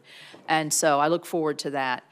Here's another West Virginia issue very quickly, and it's the Muddy Creek Restoration Project. It's 19 miles of waterways that has acid mine drainage. And West Virginia went about in coordination with the past Trump administration, and it was initially championed by the Biden administration to deliver real results in cleaning up this area of our state. It was a true win-win. The Biden administration, for some reason, which we can't figure out, flip-flopped on this, and they just started putting more burdensome, costly, and a much, much slower cleanup process. So you're still having your acid mine drainage while we're getting hung up here. It threatens projects like Muddy Creek and discourages other communities from pursuing similar efforts to achieve real environmental remediation and benefits. Will you commit to me, working with me in the state, to try to reverse these counterproductive changes and cut the red tape and restore this for more cost-effective but also better environmental results? Yes, Chairman Capito, I know how much of a priority this is. You've been outspoken on this issue. It's my commitment to work with you as soon as, if confirmed, as soon as I'm in that position, I'd welcome that opportunity. Thank you. Senator Whitehouse. Thank you again, Chairman. Mr. Zeldin, I have something of a life experience PhD in fossil fuel pressure politics, and they'll be coming after you hard, and they'll be feeling very entitled based on their political spending toward a Trump victory. I have two questions when you're faced with that. The first is that prominent voices in Trump world have been saying that it is important to traumatize EPA's workforce to drive them out. They've been saying that it's important to cut EPA's workforce by 2/3 or more, not just Washington, but the field, the entire organization. And they've been saying that it's important to destroy the professional civil service protections of EPA's workforce. How do you respond to those three threats? Senator Whitehouse, as I've stated earlier, my desire, if confirmed as EPA administrator, is to increase productivity of the EPA. I want to be able to help lead this agency in a way that all of you on both sides of the aisle can be proud of, for us to be accountable and transparent. I want maximum collaboration, not just with Congress, but internally within the EPA. I've been hugely impressed with the level of talent stepping up to serve at EPA. And that is the pressure that I am feeling at this moment, is to bring out the best of EPA to make sure that we are fulfilling our mission of protecting public health and the environment. You will not support executing on those three threats? My commitment to you is exactly as I had stated, Senator Whitehouse, and I am not coming into this position with any threat. My position as I sit here is a promise, it is an obligation, and it is a commitment to do my part, to do the best job possible in leading the EPA to fulfill its mission in a way that follows its obligation under the law and is one that this committee can be proud of. The second question that I have is that while you've made a lot of good and sound statements here today, It's one thing to say things in this environment, and it's another thing to stand by those guns when the pressure comes at you. And if you look at your past, if you look at your influence and advocacy work with American First Policy Institute and America First Works, the big donors have been pharma, the massive corporate lobby, Goldman Sachs, a Morgan Stanley fund, and a billionaire fracking CEO. We don't know who the rest of the donors are because AFPI keeps much of their donor list secret, but we do know of those. Your fellow board members at America First Works include the billionaire CEO fracker, the former CEO of the Texas Public Policy Foundation, which I view as a very significant player in the fossil fuel-funded climate denial armada, the successor to that Texas Public Policy Foundation CEO, and a third individual called the Chief of Intelligence and Research at that same, in my view, climate denial front group. In your political work, you've taken nearly $300,000 from the oil and gas industry back to 2007. You've had large campaign support from Koch Incorporated, which gave a total of about $60,000 when you count up all the contributions to PACs and campaign funds. David Koch himself maxed out to you, and Koch PAC gave $20,000 to your Lee PAC. In the wake of being so surrounded with so much corporate and fossil fuel influence, I want to give you two opportunities. One is to answer to me now, how is it that you will be able to separate yourself from the influence of these people and these interests when they come demanding things that they think they've earned politically? And I'll also turn that into a QFR so that you can, with a little bit more basis for reflection, make a more complete answer. So with that, over to you for your response, sir. Senator, I don't need any extra time for reflection on that one. There is no person who has ever provided any level of support to me or anyone else who has any special influence with me. When I was in the Army, I wore around my dog tags the 7 Army values. The acronym is leadership: loyalty, duty, respect, selfless service, honor, integrity, and personal courage. It is important for me to have always been able to approach this position with a clear conscience to make decisions that I can live with for my entire life. There is no dollar, large or small, that can influence the decisions that I make, who has access to me, and how I am ruling in my obligations under the law. Senator, I'm happy to enthusiastically answer that question on any day on the spot, and I would never need any extra amount of time of reflection. Well, good luck standing up to these guys, because they're going to come at you. Thank you. I understand that a 5-minute break would be in our best interest. Would you like to do that now, or you want to keep going? I'll take 5, I guess. Thank you, Senator. Okay. Thank you, Chairman. We'll come back in 5 minutes. Senate 5 minutes or real 5 minutes? I run a tight ship, remember?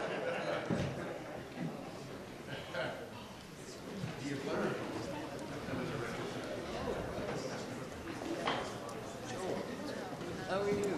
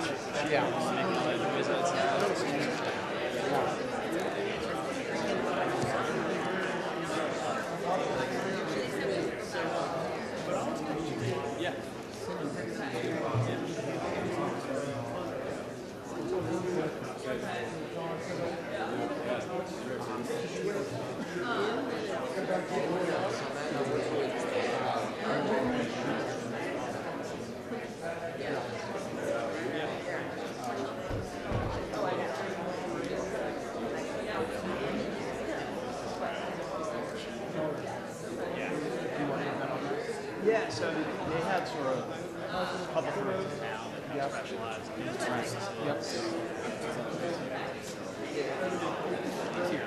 chemical regulatory. They're one of them.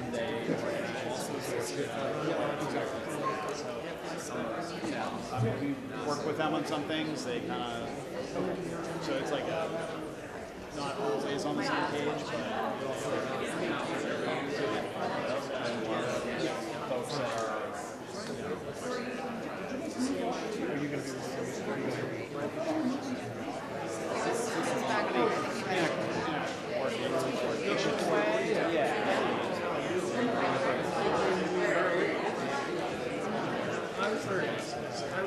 I am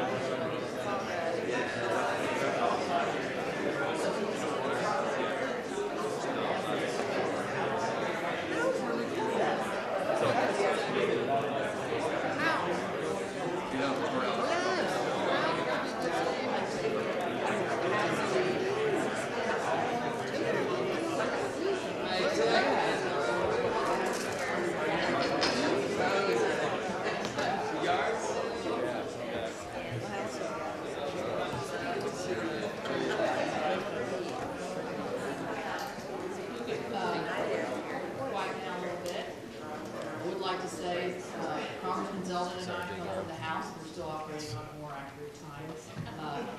It was 12:37. It's now 12:32. We're good. Next, we have Senator Sullivan. Thank you, Madam Chair. Congressman Zeldin, you're doing a great job. And your opening statement was really good. I really appreciate it. Look, there's been a lot of railing against the hydrocarbon industry. I think the facts are the hydrocarbon industry is lifting more people out of poverty, continue to do so, than any major industry in the world is doing that. But they're also been a major contributor, never gets talked about, with regard to our leadership on global emissions. Leadership. So that, Mr. Zeldin, take a look at that chart. Has been fact-checked to death because the far left hates it. But this is what Senator Ricketts was talking about earlier, about American innovation. This is what Senator Graham was talking about earlier. There's some people who are working hard on reducing emissions, countries, and there are countries that aren't. Senator Graham mentioned China and India. He's exactly right. You never heard this from John Kerry, but the leader in the world in the last 20 years on reducing global emissions was the United States of America. Okay? The bad guys, in terms of emission increases, look at China, through the roof. This is a fact. Now, I've asked some of the Biden administration EPA officials, hey, why do you think this happened? Why do you think we're the leader? It'd be great if you said it, because we are. And they would always come back and say, let's see, EPA regs? Wrong answer. The reason this happened is because of the revolution in the production of natural gas, where we have switched to natural gas as a more cleaner burning source of energy. And when we export natural gas around the world, Ms. Zeldin, what do you think that does to global emissions? Brings it down, Senator. It does. And these are facts. So my colleagues, I wish my good friend Senator Whitehouse was here because, you know, they don't like this chart because it goes against their narrative. And the narrative, that is the facts, is that when you have all the above energy, including a big mix of natural gas, you reduce global emissions. So can you commit, to Senator Ricketts' point, to work with us and private industry on innovation that can help power America, power our allies, produce American energy, and at the same time, lower emissions? Can you Yes, commit? Senator, absolutely. American innovation has been critical, and it will be critical going into the future. That's something that President Trump has often spoke of. Yeah. And I believe it's also one of the reasons why we saw so much support for him in this last November's election. In Alaska, we are working, and I've talked to President Trump about just recently, we have a very large-scale LNG project that would increase, would reduce our trade deficit by billions by exporting clean-burning Alaska natural gas to our Asian allies, get clean-burning Alaska gas to Americans, and would produce thousands of American jobs. Can I get your commitment to help us work on that large-scale LNG project, which will help continue these global emission reductions? Senator, I'd welcome the opportunity, to, if confirmed, to be able to work with you on this and other issues. Great. I have another map I want to show you. Real quick, you and I talked about this issue of leaded aviation fuel. This is a huge issue to my constituents, what we call avgas. We got it an extension for Alaska and the FAA, given our pilot safety issues, our aviation safety issues. There was this congressman, I forget his name, from New Jersey. He tried to limit this. My view, he should be more focused on cleaning up New Jersey than worrying about aviation safety in Alaska. Can I get your commitment to work with me on this avgas issue as we discussed in my office? Senator, as I gave you my commitment then, reiterate it here today for all your constituents to hear. We had a very long, substantive conversation on a lot of topics that you're fighting for Alaska, and I welcome the opportunity to be able to work with you on all of that. Great, thank you. Let me give you one final map and one final question. It's a little complicated. This is the American Medical Association study on life expectancy changes in America, okay? This was from 1980 to 2014. Purple and dark blue, that's where life expectancy changes happen the most, okay? Up to 13 years. Unfortunately, see yellow, red, certain places there was a life expectancy decrease. That's mostly the opioid epidemic. My state led this. It led it because Alaska Natives, which is where most of these communities are, over about 20% of my population, started at a real low level. Real low, lowest life expectancy. Then what happened on the North Slope, what happened out in the Aleutian Island chain, what happened in the Northwest Arctic, Burrow, resource development happened. Oil and gas happened. Open up fisheries happened. Resource development happened, and people's lives increase on average by up to 13 years. So here's my quick issue. This is a matter of life and death in my state. And the indigenous people in particular, who I care deeply about, have benefited tremendously from resource development. President Biden comes in with his Secretary of Interior. She doesn't listen to Native people. They issued 68 executive orders to shut down resource development in my state, which is going to hurt people, hurt their life expectancy. So when we talk about all this stuff about, oh, we're against resource development, oil and gas, from my state, from my constituents, this is a matter of life and death, and it's brought gymnasiums and health clinics and water and sewer.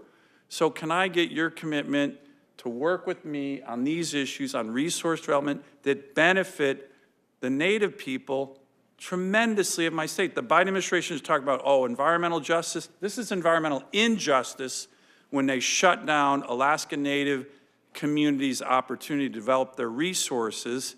And, you know, their focus on minority communities, I think that's great, but they've had a big asterisk during 4 years of Biden and Secretary Haaland, not for Alaska Natives. And it's an outrage.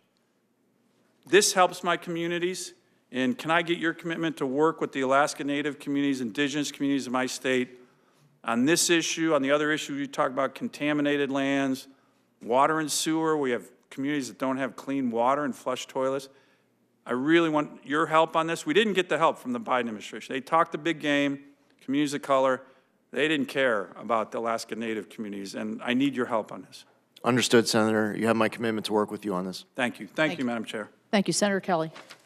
Thank you, Madam Chair. Mr. Zeldin, I want to discuss another issue with you that's affected the western United States significantly, especially Arizona on the Navajo Nation, and that's the issue of abandoned uranium mines. We have about 500 of them.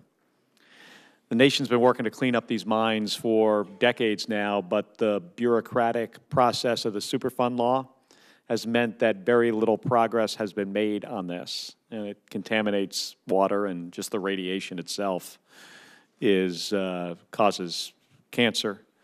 One step which was taken during the last Trump administration was to establish a regional office called the Office of Mountains, Deserts, and Plains, which would focus on cutting through the bureaucracy and accelerating the cleanup of mines in the West. Senator Lummis and I introduced legislation last Congress, which passed this committee unanimously, called the Legacy Mine Cleanup Act, which would authorize the creation of the office and accelerate mine cleanup across the western United States. So will you commit to having your team review the legislation quickly so we can then incorporate EPA's feedback before we introduce the bill this year? Yes, Senator. And will you commit to ensuring the issue of abandoned uranium mines remains a priority for the EPA? Yes, Senator. Well, thank you for that. And then one final thing I want to discuss with you is, and I know you've spoken about this during the hearing already today. I was not in the room, but my understanding is you talked about PFAS. And as we discussed in my office last week, groundwater is the backup source of drinking water for both Phoenix and Tucson. And it's in an aquifer mostly under the city of Tucson, where Gabby and I live. And this has become more critical, this backup water supply, as the drought conditions in the West has worsened. But especially the groundwater under Tucson in those aquifers have been contaminated with growing PFAS plumes. And the city had to shut down nearly 30 groundwater wells because the water exceeded EPA's drinking water limits. And to date, the city has spent more than $71 million on remediation costs and are in negotiations with EPA Region 9, with the Air Force, with the state, with Tucson Airport, and other private parties to resolve this. And throughout this process and spanning across presidential administrations, EPA Region 9 has been a consistent partner in addressing these challenging issues. So, Mr. Zeldin, if confirmed, will you commit to working with my team and the city of Tucson to address the Tucson PFAS contamination? Yes, Senator. So thank you, Mr. Zeldin. Thank you for spending the time. I know this has been a long process and a long hearing. It's great seeing your family here, and look forward to having the opportunity in the committee and eventually on the floor for the vote. Thank you. Thank you, Senator. Thank you. Senator Ricketts. Thank you, Chairman Capito, for having this second round of questions. I appreciate it.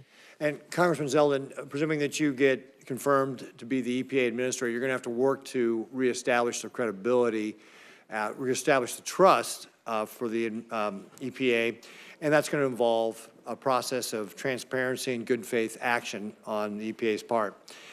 Part of what I expect you to bring back is accountability. President Biden's EPA had a $41.5 billion with a B, program to carry out EV mandates and environmental justice. How many additional dollars went to the Inspector General's office to conduct oversight over those IRA funds that went out? Zero, none. Yeah, that's a problem when you're spending that kind of dollars. Can we have your commitment that you will look into this to make sure those dollars were spent appropriately, that the process was followed properly for all those dollars, and to make sure that any dollars that were not spent appropriately, in fact, Senator Capito and I actually had a press conference on how some of these dollars were being distributed. But if they weren't being distributed, you'll work to claw back those taxpayer dollars? Yes, Senator.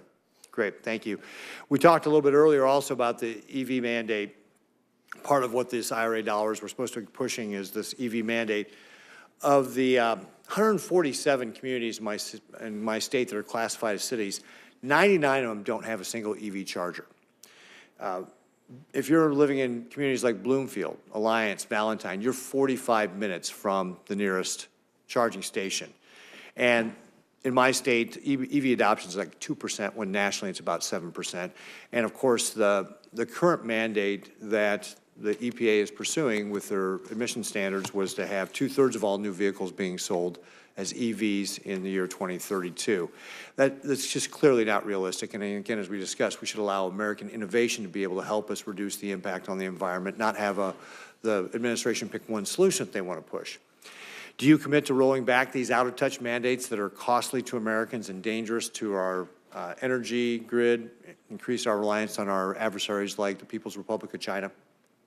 Senator, it is my obligation, if confirmed, to be following my obligations under the law. And with regards to the Administrative Procedures Act, rules, laws set out that guide the way I answer that question. I'm not allowed to prejudge outcomes going into rulemaking. To ensure that there is durability of any decision to be made at the end of the process, where my answer to that question could potentially be used against any type of a rule regulation that is made. I will tell you that I have heard concerns from you and many others in this chamber of how important it is to look at rules that are currently on the books. I don't sit before you with any type of announcement I'm able to make of any rules that are going to change upon confirmation. I will tell you that I will not prejudge outcomes. However, it is my commitment to follow my obligations under the laws set by Congress, to look at laws, decisions that have been made by the United States Supreme Court, and to make sure that we are pursuing common sense, pragmatic solutions that make sense to you, that you can defend when going back to the constituents that you fight so hard for from your home state. So I look forward to the opportunity of being able to make you proud, being able to make this entire committee, the chairman, proud in hitting the ground running to do my part so that the EPA is being accountable to you as a senator and is accountable to your constituents as taxpayers and as Americans. Right. Well, thank you, Congressman Zeldin. One of the things we also talked about was certainty. We talked about it in the context of the RVOs. But there's another area of certainty that we've talked about, and we need to continue to talk about. The Supreme Court's Sackett versus the EPA decision was a clear directive to narrow the scope of the federal jurisdiction on the Clean Waters Act. And here's just one of the things that just drives me nuts, because this has not just been a Biden administration. This happened under the Obama administration. The Clean Water Act over 50 times says navigable waters. Navigable waters means you can put a boat on it and go someplace. That's the Merriam-Webster definition in really broad terms. Clearly out of scope of what the Congress's intent was. And the decision in Sackett was intended to provide clarity to producers.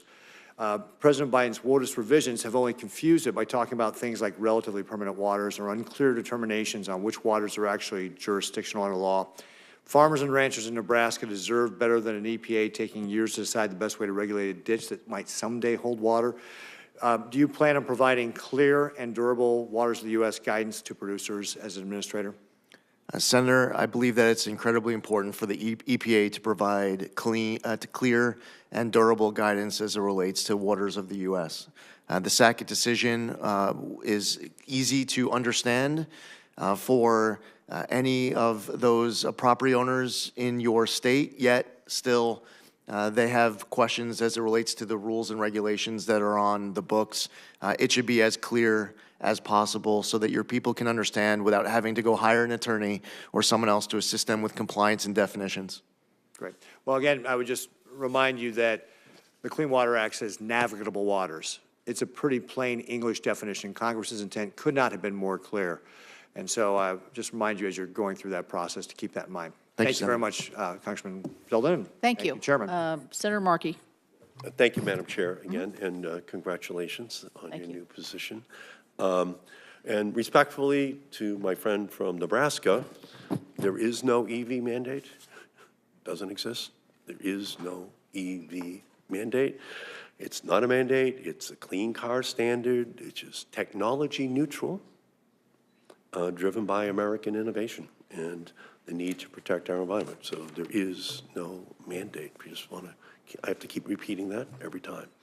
So again, Congressman, Project 2025 proposes to eliminate the Office of Enforcement and Compliance Assurance at the EPA. Do you agree with that proposal? Senator, first off, I've never read any word of Project 2025. I'm not going to ask if you read it, but do you agree with the proposal to eliminate the Office of Enforcement and Compliance Assurance at the EPA? While that is something that I had never thought of before you're asking that question, no. It's an important function of the EPA, and we've had good extended conversations here about that topic during today's hearing, Senator. Okay, so again, that just prompted the question, and the answer is a very good answer. Thank you. On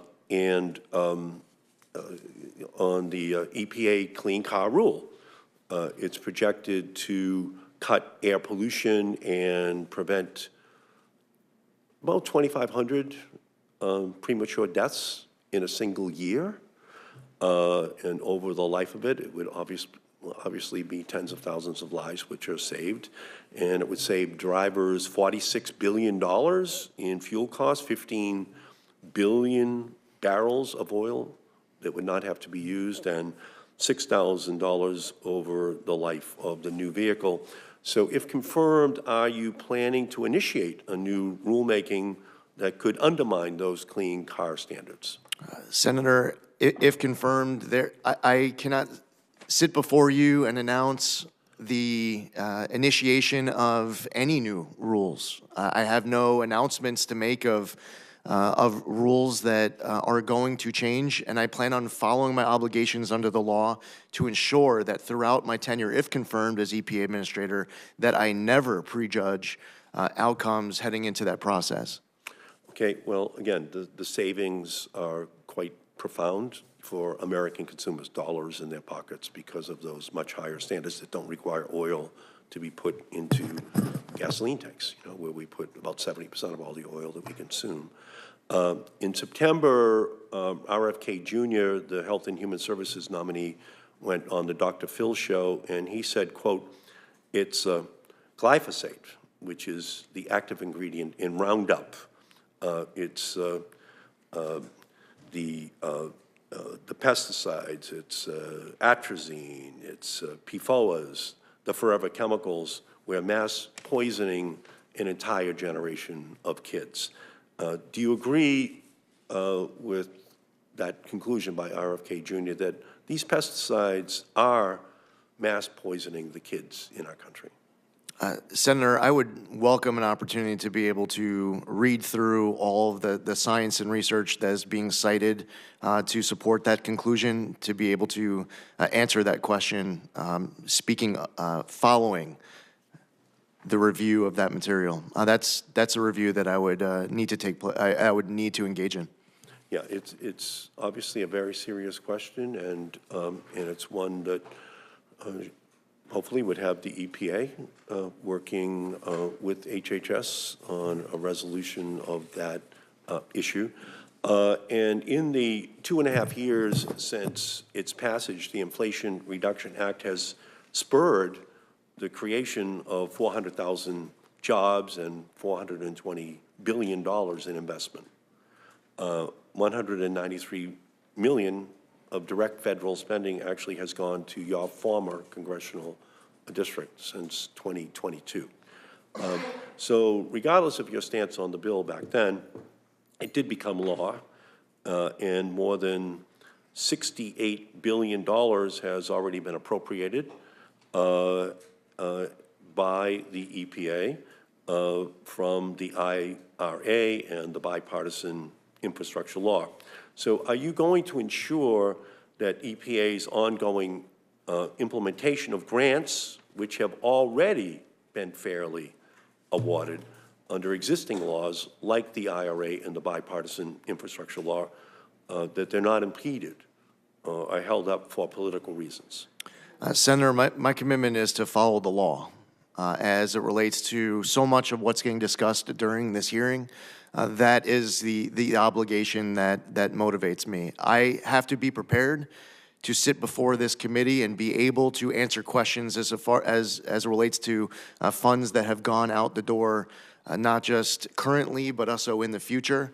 It's important for me to get my hands, my head all wrapped around everything that's been going out the door. Senator, I was concerned when there was a video a few weeks ago of a political appointee at the EPA who was talking about how they were tossing gold bars off the Titanic to distribute billions of dollars before Inauguration Day on Monday.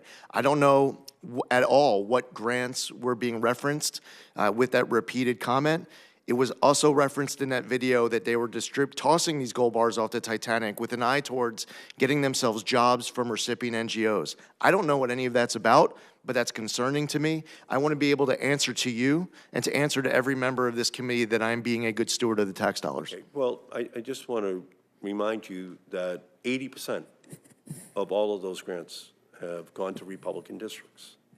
So, so that's, I think, something that you should keep in mind in terms of, I would say, the impartiality of what those decisions have been at the EPA. That's not just some ideological set of decisions if 80% of the money is going to red states. So I guess all I would say is I heard what you're saying, but I just hope you would resist the temptation to hold a witch hunt and to, break out the torches and the pitchforks to go after all these programs, because I think they must have been pretty fairly, given out if a blue presidency at the EPA, led to 80% of the money going to red districts. So is that I just want a presumption of innocence from you in terms of the decisions that were made on Right. these. Yes, Senator. I just want to be able to account to you. I appreciate that, but I just need your Yes, Senator. your assurance that you do assume that most of this was done fairly. Senator, I would only can assume. I can only assume as I sit here that upon review that there will be, I will find out about all sorts of funding that went out the door that was following the law as written by Congress. All I'm saying is that I want to have the ability to sit before Chairman Capito, who's been very vocal on this issue, and be able to answer her question on a specific grant that she's spoken out about, or grants that committee members may speak about in the future. I just want to be in a position to account to all of you as far as the dollars being spent by EPA. I can only assume that there will be funding that will be, from that review, that will be in accordance with the law. So I'm going to go to No, thank you. Senator Schiff. Thanks. Thank you, Madam Chair. Mr. Zeldin, although California banned the installation of lead pipes in 1985, the average home in South Los Angeles is over 70 years old and more likely to contain corroded lead plumbing than other regions in the state.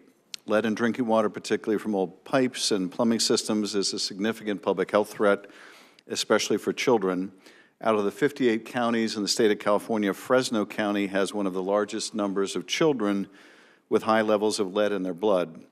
In 2016, nearly 14% of children tested in one Fresno neighborhood had reported high lead levels. 25% of schools in Fresno reported finding lead coming from their drinking water fountains. 40 homes had lead levels above the federal limit. In October, the EPA announced new final regulations requiring drinking water systems across the country to identify and replace all lead pipes within 10 years. Will you continue the EPA's work to help local communities like those in Fresno and in South Los Angeles replace lead pipes, particularly in many of these communities that are historically underserved? I'll look forward to that opportunity to work with you, Senator, on this issue. The EPA administers 12 geographic programs, longstanding geographic-specific programs that help protect local ecosystems and communities from climate change, habitat loss, and pollution. Their efforts to add the Salton Sea in California, which is an ecological disaster, potentially paired with the Great Salt Lake, which has similar ecological and health issues, as part of EPA's geographic program designation. If successful, that would mean revenues that could be used to mitigate that environmental hazard in a very neglected part of the state. Will you pledge to consider adding the Salton Sea to one of these geographic programs? Yes, Senator. I know from our conversation yesterday just how important this is to you. I look forward to getting more familiar about this issue, and that certainly can be my commitment as I sit here today, that if confirmed, I would welcome that opportunity to work with you on this issue and see what I could do to assist. Thank you. Let me address a third critical issue affecting the health and well-being of millions of Californians, and that is air quality, not only in the aftermath of the ongoing wildfires, but also in the breadbasket of America. Unfortunately, we have some of the worst air quality in the nation, failing to meet federal health standards for both ozone and particulate pollution. This pollution directly impacts our families, our children, our communities. Last summer, residents of Fresno had just 10 days of healthy air, a stark reminder of the urgency of the situation. The EPA has long supported California's efforts to address this crisis through clean vehicle programs, regulatory actions, and strong enforcement. We have to continue this vital work, pushing for policies that protect public health and create a cleaner, healthier future for the San Joaquin Valley and all of California. Do you support investments like the ones that the EPA has made in the San Joaquin Valley to improve the quality of air there? Senator, to the maximum extent possible under the law that I, if confirmed as EPA Administrator, can assist on this and all the other issues that you referenced here today, I would welcome that opportunity to be able to work with you. As far as specific funding commitments, I need to make sure that I'm following my obligations under the laws Congress sets out as to how funding should be appropriated so that I can account to you afterwards.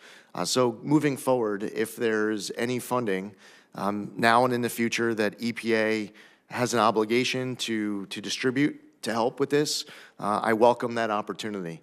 It's possible that I might need to defer to Congress to be able to give me access to funding for investments in the future, if that's part of what you're referring to. Regardless, you have my commitment to work with you on this. I appreciate it. Finally, one of the things that I found most striking as I have traveled around the state in the last couple of years, I expected, coming from an LA district, to get a full indoctrination on water and the competition between the cities and the farms over water, and I did. But what was more striking to me was just how many tens of thousands, if not hundreds of thousands of people in places like the Central Valley can't drink their own water. And here I'm not talking about lead, although lead is a problem there. But the flooding of dairy waste ponds into water wells, the depletion of the aquifers resulting in manganese. There are just thousands of people told you can't drink your water, you can't bathe in your water. A lot of these communities don't have the resources to address it, and I would, if confirmed, I would want to work with you to do everything we can to make sure that everyone in the state of California and indeed the country has access to good, clean drinking water. Yes, Senator, this is extremely important. No American should feel like a story they might hear about, read about, of poverty in Iraq or Afghanistan. No American should feel like they are living in some third world country or some war-torn country. Every American should be able to access clean water, potable water, and that's something that I look forward to doing my part, if confirmed, to be able to work with you and everyone on the committee to ensure that we are delivering as a nation. Thank you, Madam Chair. Thank you. Well, I am going to bring this down to a close here. My office has received numerous letters in support of Congressman Zeldin's nomination as EPA Administrator, with more continuing to arrive. The sources of these letters demonstrate the wide-ranging support of Congressman Zeldin's nomination, so I would ask unanimous consent to enter these 27 letters into the record for all to see. All right, we're unanimous. So I would like to thank you, Congressman Zeldin. I'd also make just several quick observations. It's obvious to me in the testimony and the questions that you took a lot of time and effort through you and and the folks that were helping you to make sure that every member had access to you and had a conversation with you before you actually testified before the committee. I think that was definitely reflected in the tone and the substance that we saw here today. So I appreciate that. I know it's time-consuming and difficult sometimes to get on everybody's schedule, but I think you did a magnificent job here. And so without further questions, I would like to thank you and thank your family for being here and for your participation. Senators who wish to submit without written questions for the record have until 5 p.m. Tomorrow, Friday, January 17th, to do so. The nominees' responses to those questions for the record are due back to the committee no later than 9 a.m. on Tuesday, day after inauguration, January 21st. With that, I do look very much forward to helping to shepherd you. I think you've done an excellent job here today. You will be an excellent administrator to the EPA, and I fully expect that your confirmation will be very positive. Thank you very much, and everybody enjoy the day. Thank you. Thank you.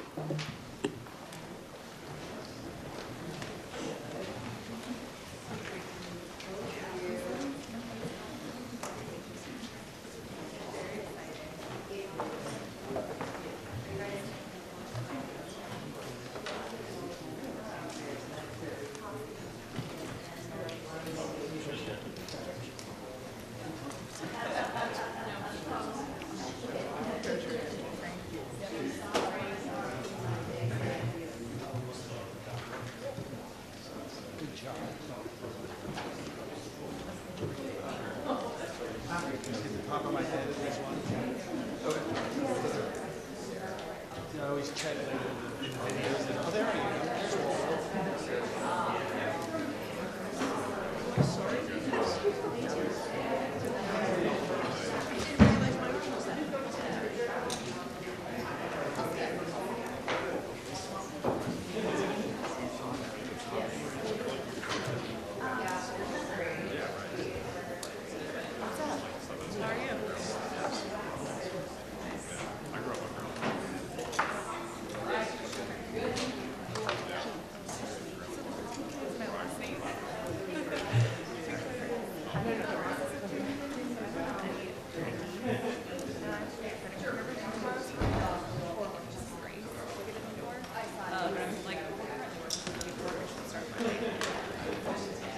I've done both, because I was like, I don't have a passport, I don't have a license, I don't have social security. Yes, it's like changed with the social security.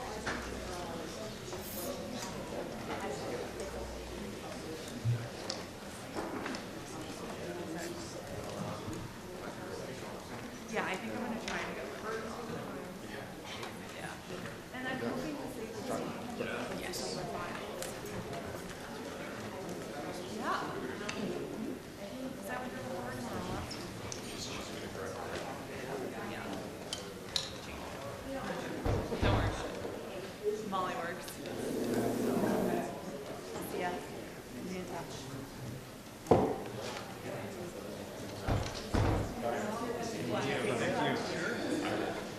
I have to go.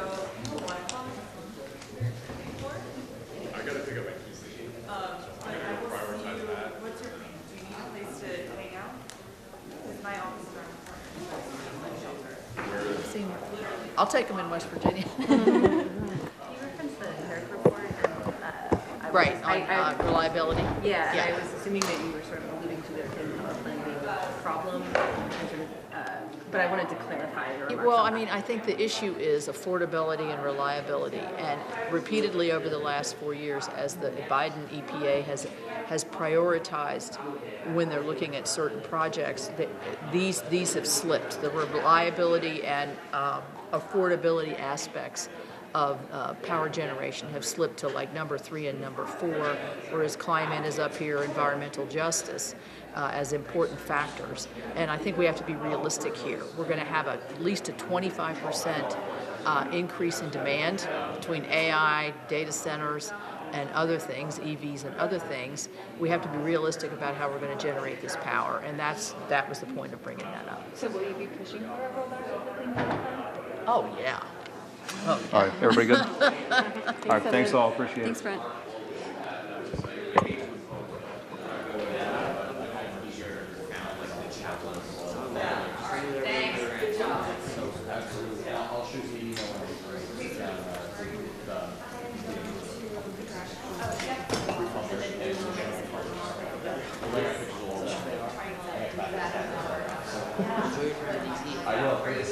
It's like the hearing we had this morning on the Finance Committee. Scott Bessent, the next Secretary of Treasury, was there. We had to listen to the ranking member go on a diatribe about why it is so important that American taxpayers be exposed to a multi-trillion-dollar tax increase. Now, he said this is about tax cuts for the wealthy, but the fact of the matter is, and the nominee pointed this out, that the top 1% in the country pay the vast majority of income taxes. But the facts apparently are not all that important to our Democratic colleagues. President Biden wasn't finished rewarding his friends with grants of clemency and presidential honors before he left office. He also sent a parting gift to one of his favorite beneficiaries, which are radical climate activists. Now, I don't doubt that the climate's changing. I don't doubt humans have an impact on it. But to say this is the end-all, be-all of all of our policies to the detriment of our economy, job creation, and so many other important issues just strikes me as misguided. One of the consequences is that Americans have been suffering under high prices for energy under President Biden's presidency. Electricity prices have risen more than 30%. We know that these high prices are the direct result of President Biden's policies, which put climate activists in the front seat, while working families are left behind. But the president couldn't help himself from doing more damage on the way out the door. The day after Christmas, President Biden's Energy Department finalized new climate regulations that would functionally ban almost all natural gas-powered water heaters. Now, why would he do something like that? An analysis from the American Gas Association estimates that 40% of customers will be directly impacted by a rule with a net cost increase, since they'll be required to buy a new new electric water heater. The AGA notes that the households affected are largely low income and senior citizens on a fixed income, who are more likely to choose a cost-effective water heater that will now be banned under the rule. Now, of course, if people want to buy a more expensive water heater with their own money, I've got no objection to that. I'm all for their freedom to do so. But to impose additional costs on seniors who have fixed incomes and other low-income families who are struggling to get by under the high prices and the 40-year high inflation under the Biden administration simply adds insult to injury. But President Biden didn't stop there. 2 weeks ago, the Biden administration gave the state of California to enforce zero-emission rules for lawnmowers and leaf blowers. Now, this may sound like a small thing, but it's emblematic of much bigger things, and it adds up. This rule would prohibit the sale of new equipment under 25 horsepower or 19 kilowatts that fail to achieve zero emissions. Is there no home appliance or device that's safe from this radical agenda? The Biden administration's targeted gas-powered cars, gas stoves, water heaters, and now they want to get after our lawn mowers and leaf blowers. As I've said before, I don't have any objection to anyone who wants to improve their carbon footprint, if that's important to them, by purchasing new low-emissions lawnmowers. God bless them if they want to do that. But for working families to have to deal with this mandate, who are just trying to keep up with inflation, a new lawnmower might not be in their budget. Well, suffice it to say, the Biden administration is working hard on the way out the door and wreaking havoc in the process. But, Mr. President, Republicans are taking note. We know that with President Trump being sworn into office next Monday, with new majorities in the House and the Senate, that things are going to change. The American people voted for change, and they're going to see a change away from these radical policies and special interest pieces of legislation or regulation that hurt the vast majority of Americans for the benefit of an ideological agenda. One of the tools we're going to be using is something called the Congressional Review Act. As the presiding officer knows, this is a powerful tool which allows a vote of Congress and a presidential signature to essentially veto an administrative agency rule. There is a time frame, I believe it's 60 legislative days, during which we can look back and essentially impose a legislative veto of that rule. Using this mechanism, Congress can review and rescind regulations that it disapproves of. Because, of course, many of these regulations, of course, are promulgated by administrative agencies that never have to stand for election. They never have to appeal to the voters. They never have to explain themselves to the voters. They just do what they do, which is create more and more red tape and regulation. So I'm glad we're going to be able to focus soon, after we confirm President Trump's cabinet, on Congressional Review Act regulatory disapprovals. I plan on introducing a few of these myself so we can reverse many of the Biden administration's misguided regulations.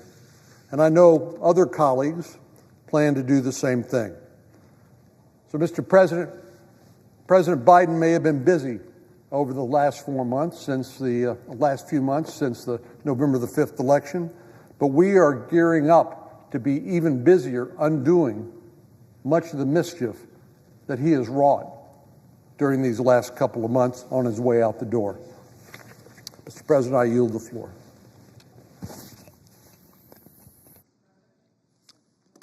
Senator from Illinois. Mr. President, I ask unanimous consent to display a framed item during my remarks. Without objection.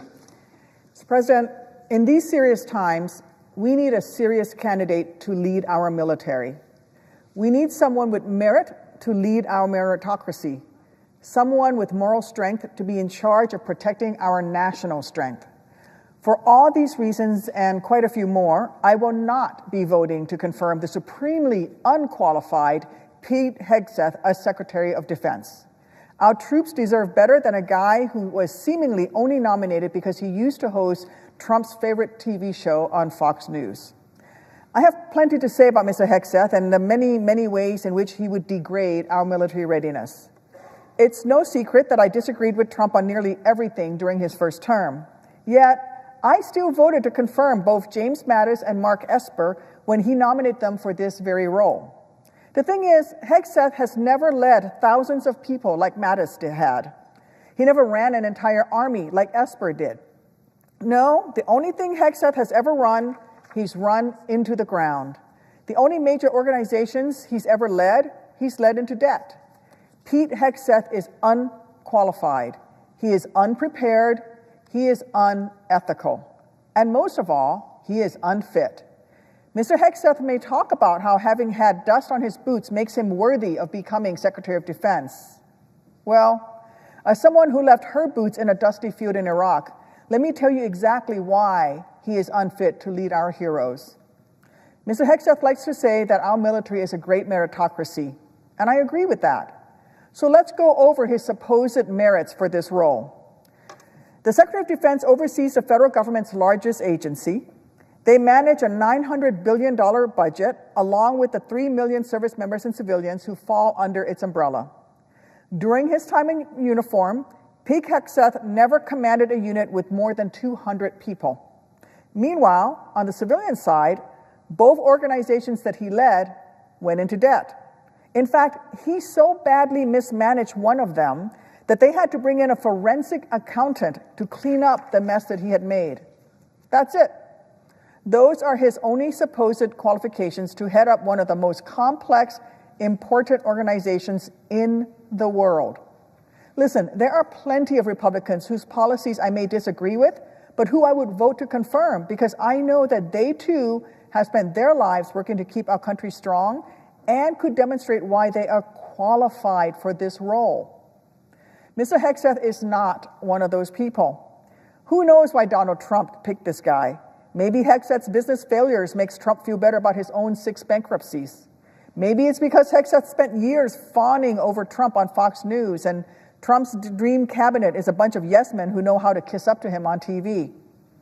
Or maybe it's just that all of Cadet Bonespur's draft dodging has left him with no clue about what kind of leader our military needs. Look, at his confirmation hearing on Tuesday, I gave Mr. Hegseth every opportunity to show me that I was wrong, to prove that he could do this job, that he does know the first thing, or anything, about what it takes to take on this massive responsibility of being the Secretary of Defense. I asked him basic questions that even the most junior folks working in the Pentagon would know, like naming one of the main international agreements he'd be responsible for leading. He couldn't name one. I asked him to tell me just a single country in the Association of Southeast Asian Nations. Again, he couldn't give me one, and one of those is our longest treaty ally of 190 years. Not a single one of the 10. This was shocking, and yet not surprising from a man whose main form of policy education has come from reading the Fox News teleprompter. This was pitiful, yet predictable, from a guy who said that we women do not belong in combat, who's dared to claim that the military is lowering its standards so that we poor, fragile, fair sex, and God forbid, us moms, can serve. Well, the only standards being lowered today are the ones for Secretary of Defense. Our female service members have earned the jobs that they're in, unlike Mr. Hegseth, who won't even say whether he'd refuse an unlawful order. I have next to me today a framed copy of the Soldier's Creed, a poster that usually hangs over my desk here in the Senate and has done so for the last 8 years.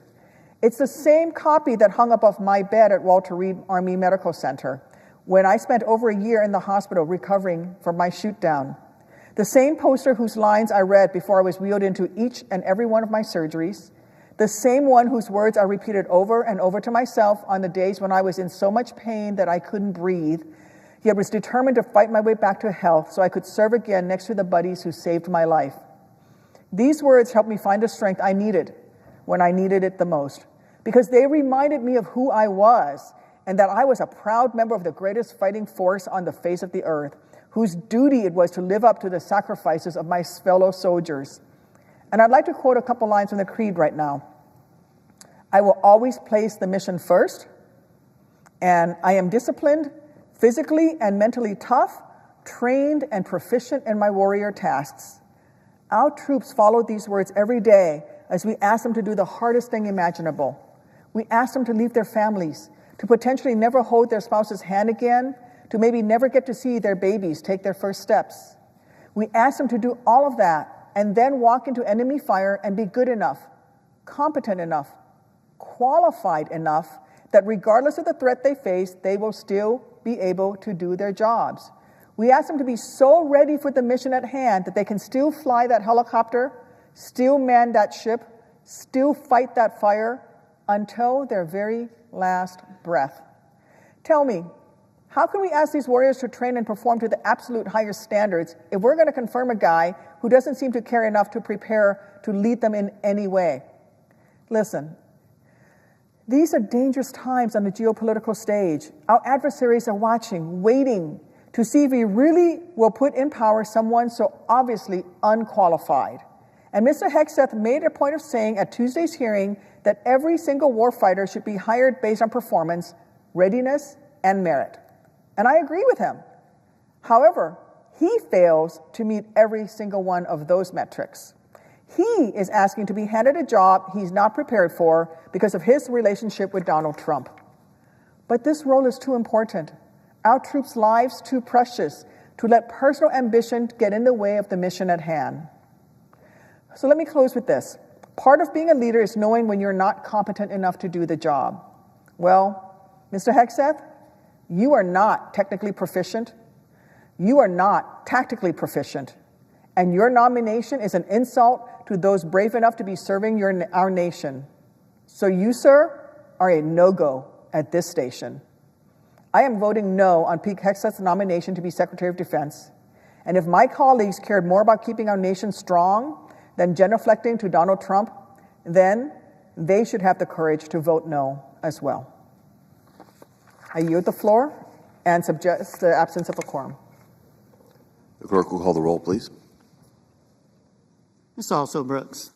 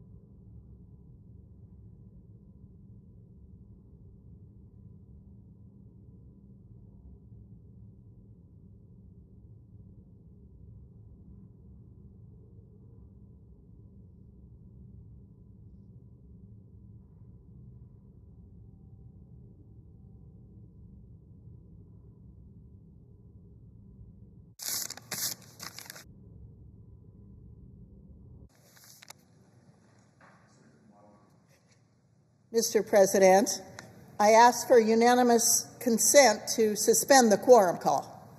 Without objection. Thank you, Mr. President. I rise today in support of the Laken-Riley Act. Nearly a year ago, Laken-Riley, a college girl more than 1,000 miles from our southern border, was jogging on her university's intramural fields. Also, more than 1,000 miles from our southern border, an illegal criminal in our country brutally attacked and murdered her in broad daylight. For 18 minutes, Laken-Riley, that young woman in the prime of her life with boundless potential, fought for her life against an assailant who never should have been in this country to begin with. The Biden administration's open border policies served the criminal's depravity more than Laken and her family. In fact, they served the criminal every bit as much as it failed Laken and her family. Laken's killer easily crossed our southern border with millions of others. And when he committed several crimes and was arrested, a Biden administration-led ICE made no effort to deport him. Had he been appropriately prosecuted for his previous crimes, the Riley family would have celebrated Riley's birthday instead of mourning an empty chair. And on February 22nd, 2024, would have been an ordinary day for their family instead of the worst day of their lives.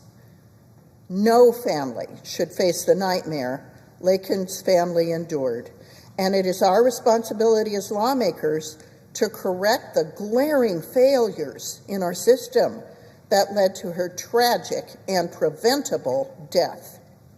The Laken-Riley Act won't bring Laken back, but it is a vehicle for turning the Riley family's pain into purpose and partnering together to protect the American families. This legislation's sole goal is to hold known criminal, illegal aliens accountable for their actions and enable states to bring civil charges against federal officials who fail to uphold our immigration laws.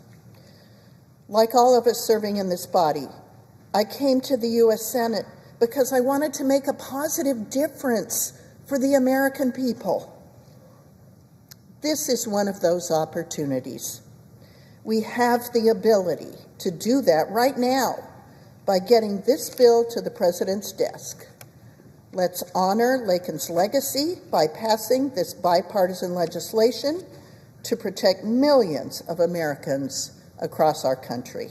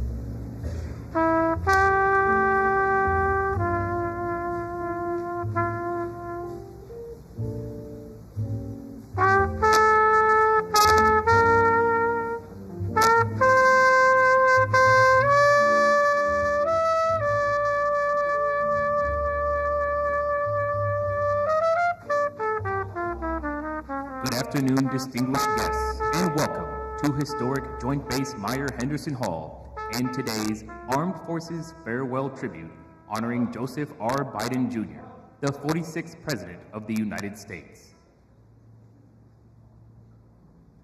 Today's ceremony is considered an outdoor ceremony, and all military personnel are to wear their headgear. Please ensure all electronic devices are set to a silent mode during playing of the national anthem of the United States. Appropriate honors should also be rendered. During the playing of the national anthem, persons not in uniform should stand and place their right hand over their heart from the first note of the anthem, retain this position until the last note.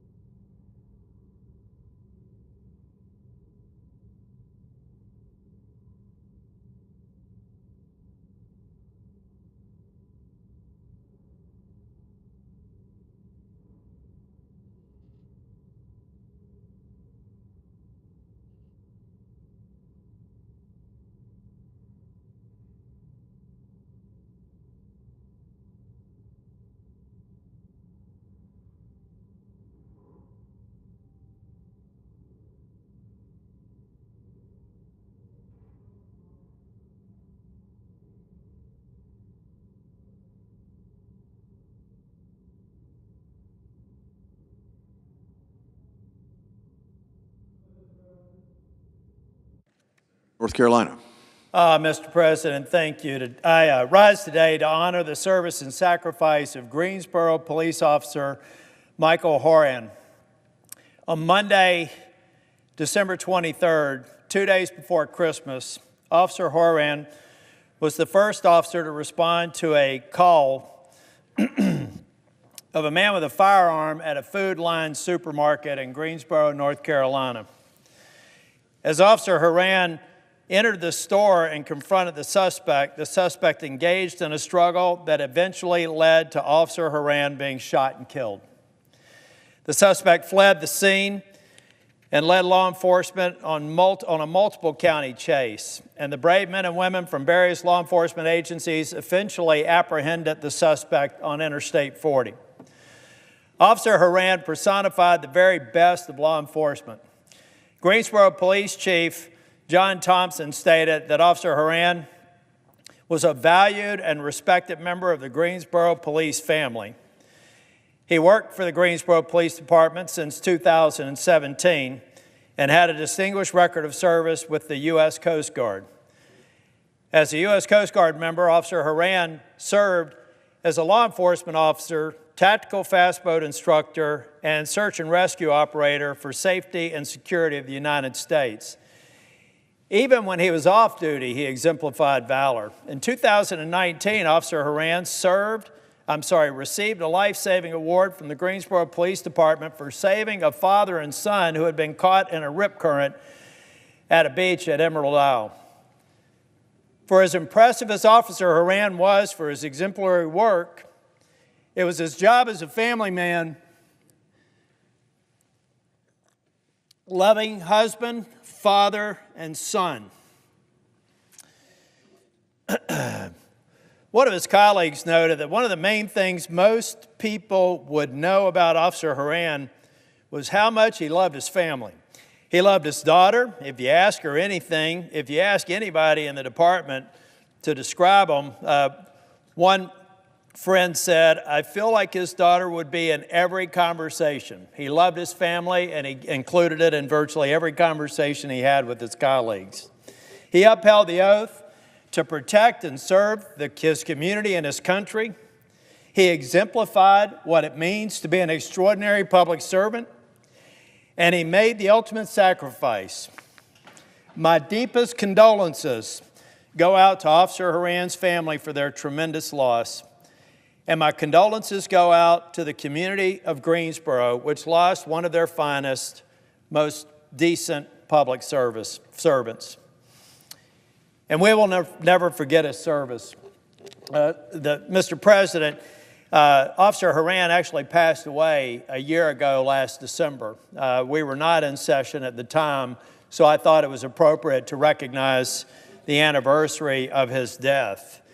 But I want to talk a little bit more, Mr. President. Since 2015, when I first took office as a U.S. Senator in my home state of North Carolina, we have tragically lost far too many law enforcement officers. In fact, we've lost 85 in the time that I've been a U.S. Senator since 2015.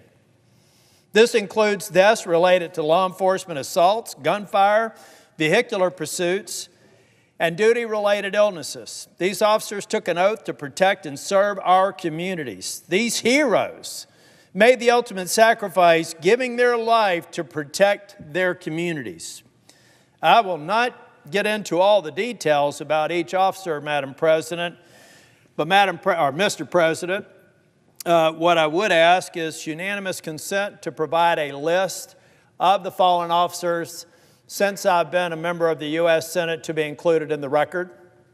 Without objection. Thank you, Mr. President. As we start the 119th Congress, my colleague from North Carolina, who is currently presiding,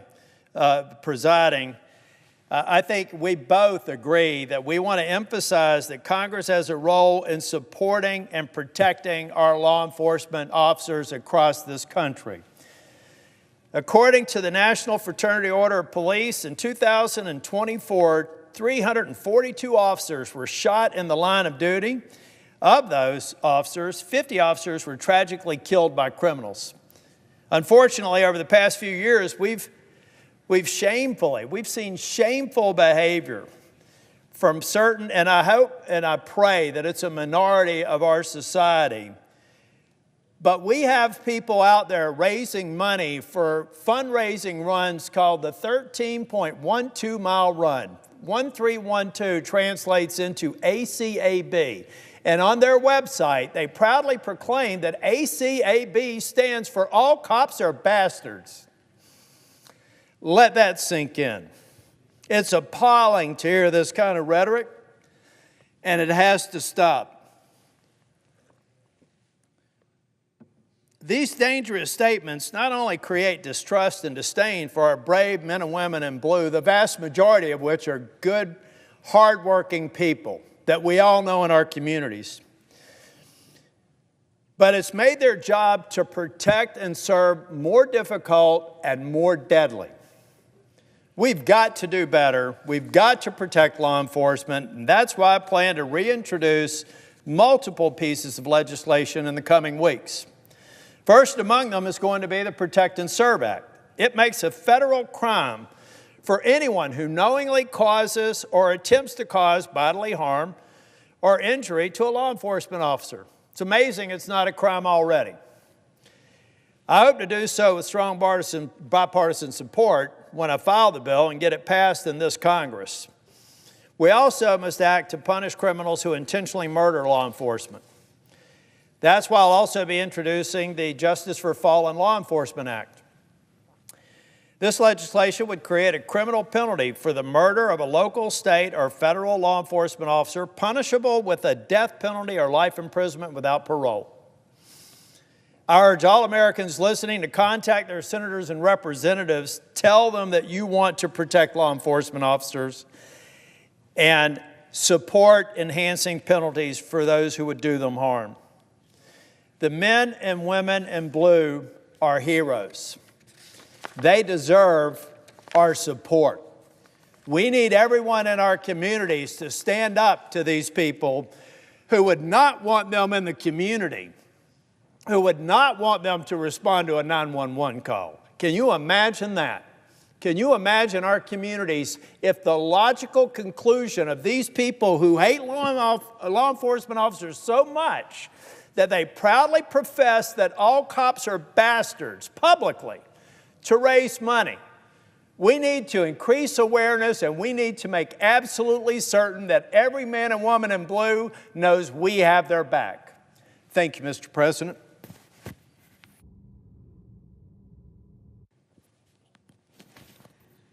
Mr. President. Senator from Massachusetts. Mr. President, I rise today to urge my colleagues to reject Pete Hegseth as the next Secretary of Defense. Pete Hegseth is the most unqualified nominee for Secretary of Defense in our nation's history. At his confirmation hearing, Pete Hegseth bobbed and weaved to avoid answering just basic questions about his record. But what Hegseth failed to account for is that his entire record is damning. I'd like my Senate colleagues, people who are seriously considering voting to confirm Pete Hegseth, to think long and hard about this decision. We need a Secretary of Defense who will be ready at 2 in the morning to give life or death national security advice to the President. Would you trust Pete Hegseth, who has allegedly been so drunk at work events that he passed out on a bus and urinated in front of the hotel where his colleagues were staying? Would you trust him to answer that call? We need a Secretary of Defense who will help us root out the problem of sexual assault in the military.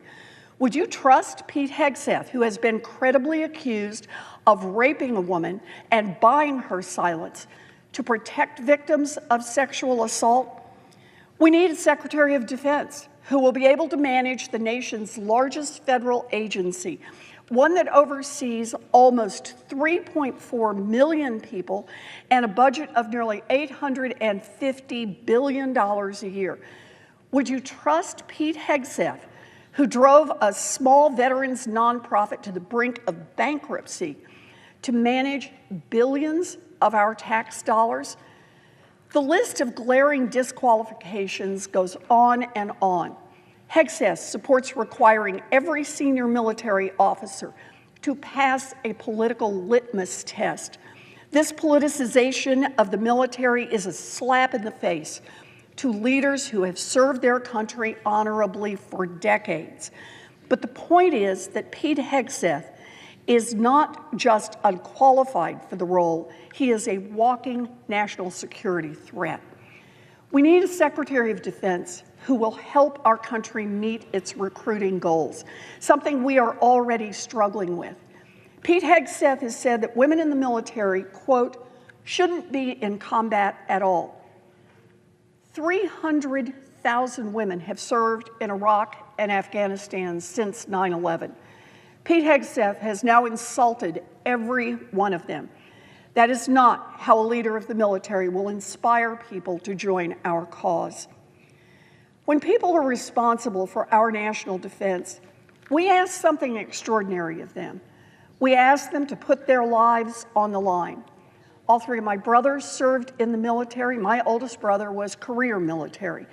And so I know how important that service is and how important it is that we pick the right person to lead our men and women in uniform.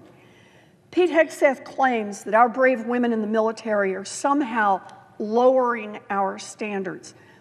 But it is his lack of qualifications, his lack of character, and his lack of judgment that lower the standards for Secretary of Defense.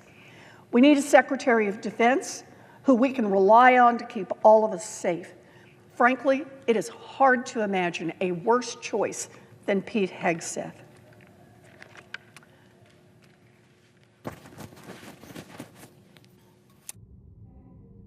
Mr. President, I yield the floor. Senator from Alabama. Thank you, Mr. President. Mr. President, the last 4 years have been nothing but short of a national nightmare. The run-up to the nightmare began in 2020 after fending off a ridiculous impeachment attempt in the early months of 2020. President Trump was riding high. The economy was booming. Under President Trump, we saw record levels of low unemployment for all Americans, especially among Black and Hispanic Americans. Inflation, which is ultimately a tax on the paychecks of hardworking Americans, was also at record lows. We had the most secure border in history. Dangerous terrorists, cartel members, and human traffickers weren't flooding into our country. Americans' jobs were more secure because they didn't have to compete with millions of foreigners who have entered the country the last 4 years trying to steal their jobs. The cost of buying a home was also cheaper as a result. Under President Trump, we were energy independent. This made the cost of living more affordable for all Americans. We were able to power American homes, cars, and factories with reliable and abundant energy. And that's just a few of the domestic successes that Americans were benefiting from under President Trump. On the global stage, we finally had stability after decades of foreign wars. Under President Trump, there were no new wars. We were respected around the world and feared by our adversaries. Russia didn't dare invade Ukraine when President Trump was in office. NATO countries were told to pay up, pay your bills. China wasn't imposing its will on the South China Sea or across the world. China was contained and its influence was diminishing. Under President Trump, the Abraham Accords were signed, bringing peace to the Middle East. And we've seen the last few years achieving peace in the Middle East was no easy feat. But President Trump achieved it, and he did it quickly. The United States and the world were in harmony. The left couldn't stand these many successes that President Trump administration was achieving at home and abroad, so they pulled out all stops to take him down. That's when the deep state bureaucrats and globalist organizations worked together to intensify the COVID-19 crisis. At the same time, the George Floyd riots erupted and destroyed cities across our country. Liberal DAs and politicians didn't do anything to stop it. It was absolute anarchy, total chaos, orchestrated by left-wing politicians, the media, and Antifa thugs. Meanwhile, the media tried to manufacture a scandal because President Trump held up a Bible in front of a historic church. While the rioters burned the city of D.C., all of this was ignored. It was all a ploy to take down President Trump and tarnish his legacy. Before the plot to take out the president was in full swing, we saw America achieving heights we had never, ever seen before. And for a moment, the left thought they had been bested by Trump with the COVID sham and the Floyd riots, and ultimately by rigging the election. But after controlling Biden, by hiding him in the basement, and then installing him as president, the Democrats were like a dog who finally caught the car. Once the Democrats took the White House, they quickly realized they didn't know how to run the country. It's not quite like running a struggle session in Berkeley, in a Berkeley classroom, or leading an HR call for a woke corporation. The Democrats had 4 years to show the country they could govern more effectively than President Trump. But what have they done? What's one thing they've done to make our country better? I can't think of one policy, one law, or directive that actually benefited the American people. From day one, Joe Biden and Kamala Harris invited foreigners to illegally enter our country. They weren't shy. Joe Biden told foreigners to surge the border, and you should all come. While the administration opened the border, they shut down the Keystone Pipeline, making Americans pay more for groceries and gas. The Biden administration engaged in a culture war domestically, embracing far-left ideas about sexuality, gender, and race. We've been told repeatedly over the past 4 years that men can get pregnant. And the Democrats didn't just push woke ideology on adults, they forced it on children in their classrooms and on social media. They've supported biological men competing in women's sports. They are perfectly okay with men sharing locker rooms and showering with girls. The Biden administration published a rule that would destroy Title IX, which was created to protect women and girls, all in the name of gender equity. You know, not only did Democrats wage war on American culture, they weaponized our justice system, going after President Trump, conservatives, and anyone who dared to oppose their agenda.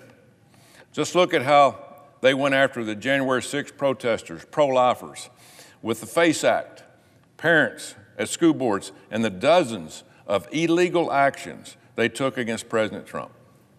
The Biden administration, with the help of congressional Democrats, passed a bunch of bills with names that sound good, but actually they harmed many Americans. Take the Inflation Reduction Act, for example, one of their prize bills that they passed in the last few years. It was a legal way to launder money to blue states to bail them out.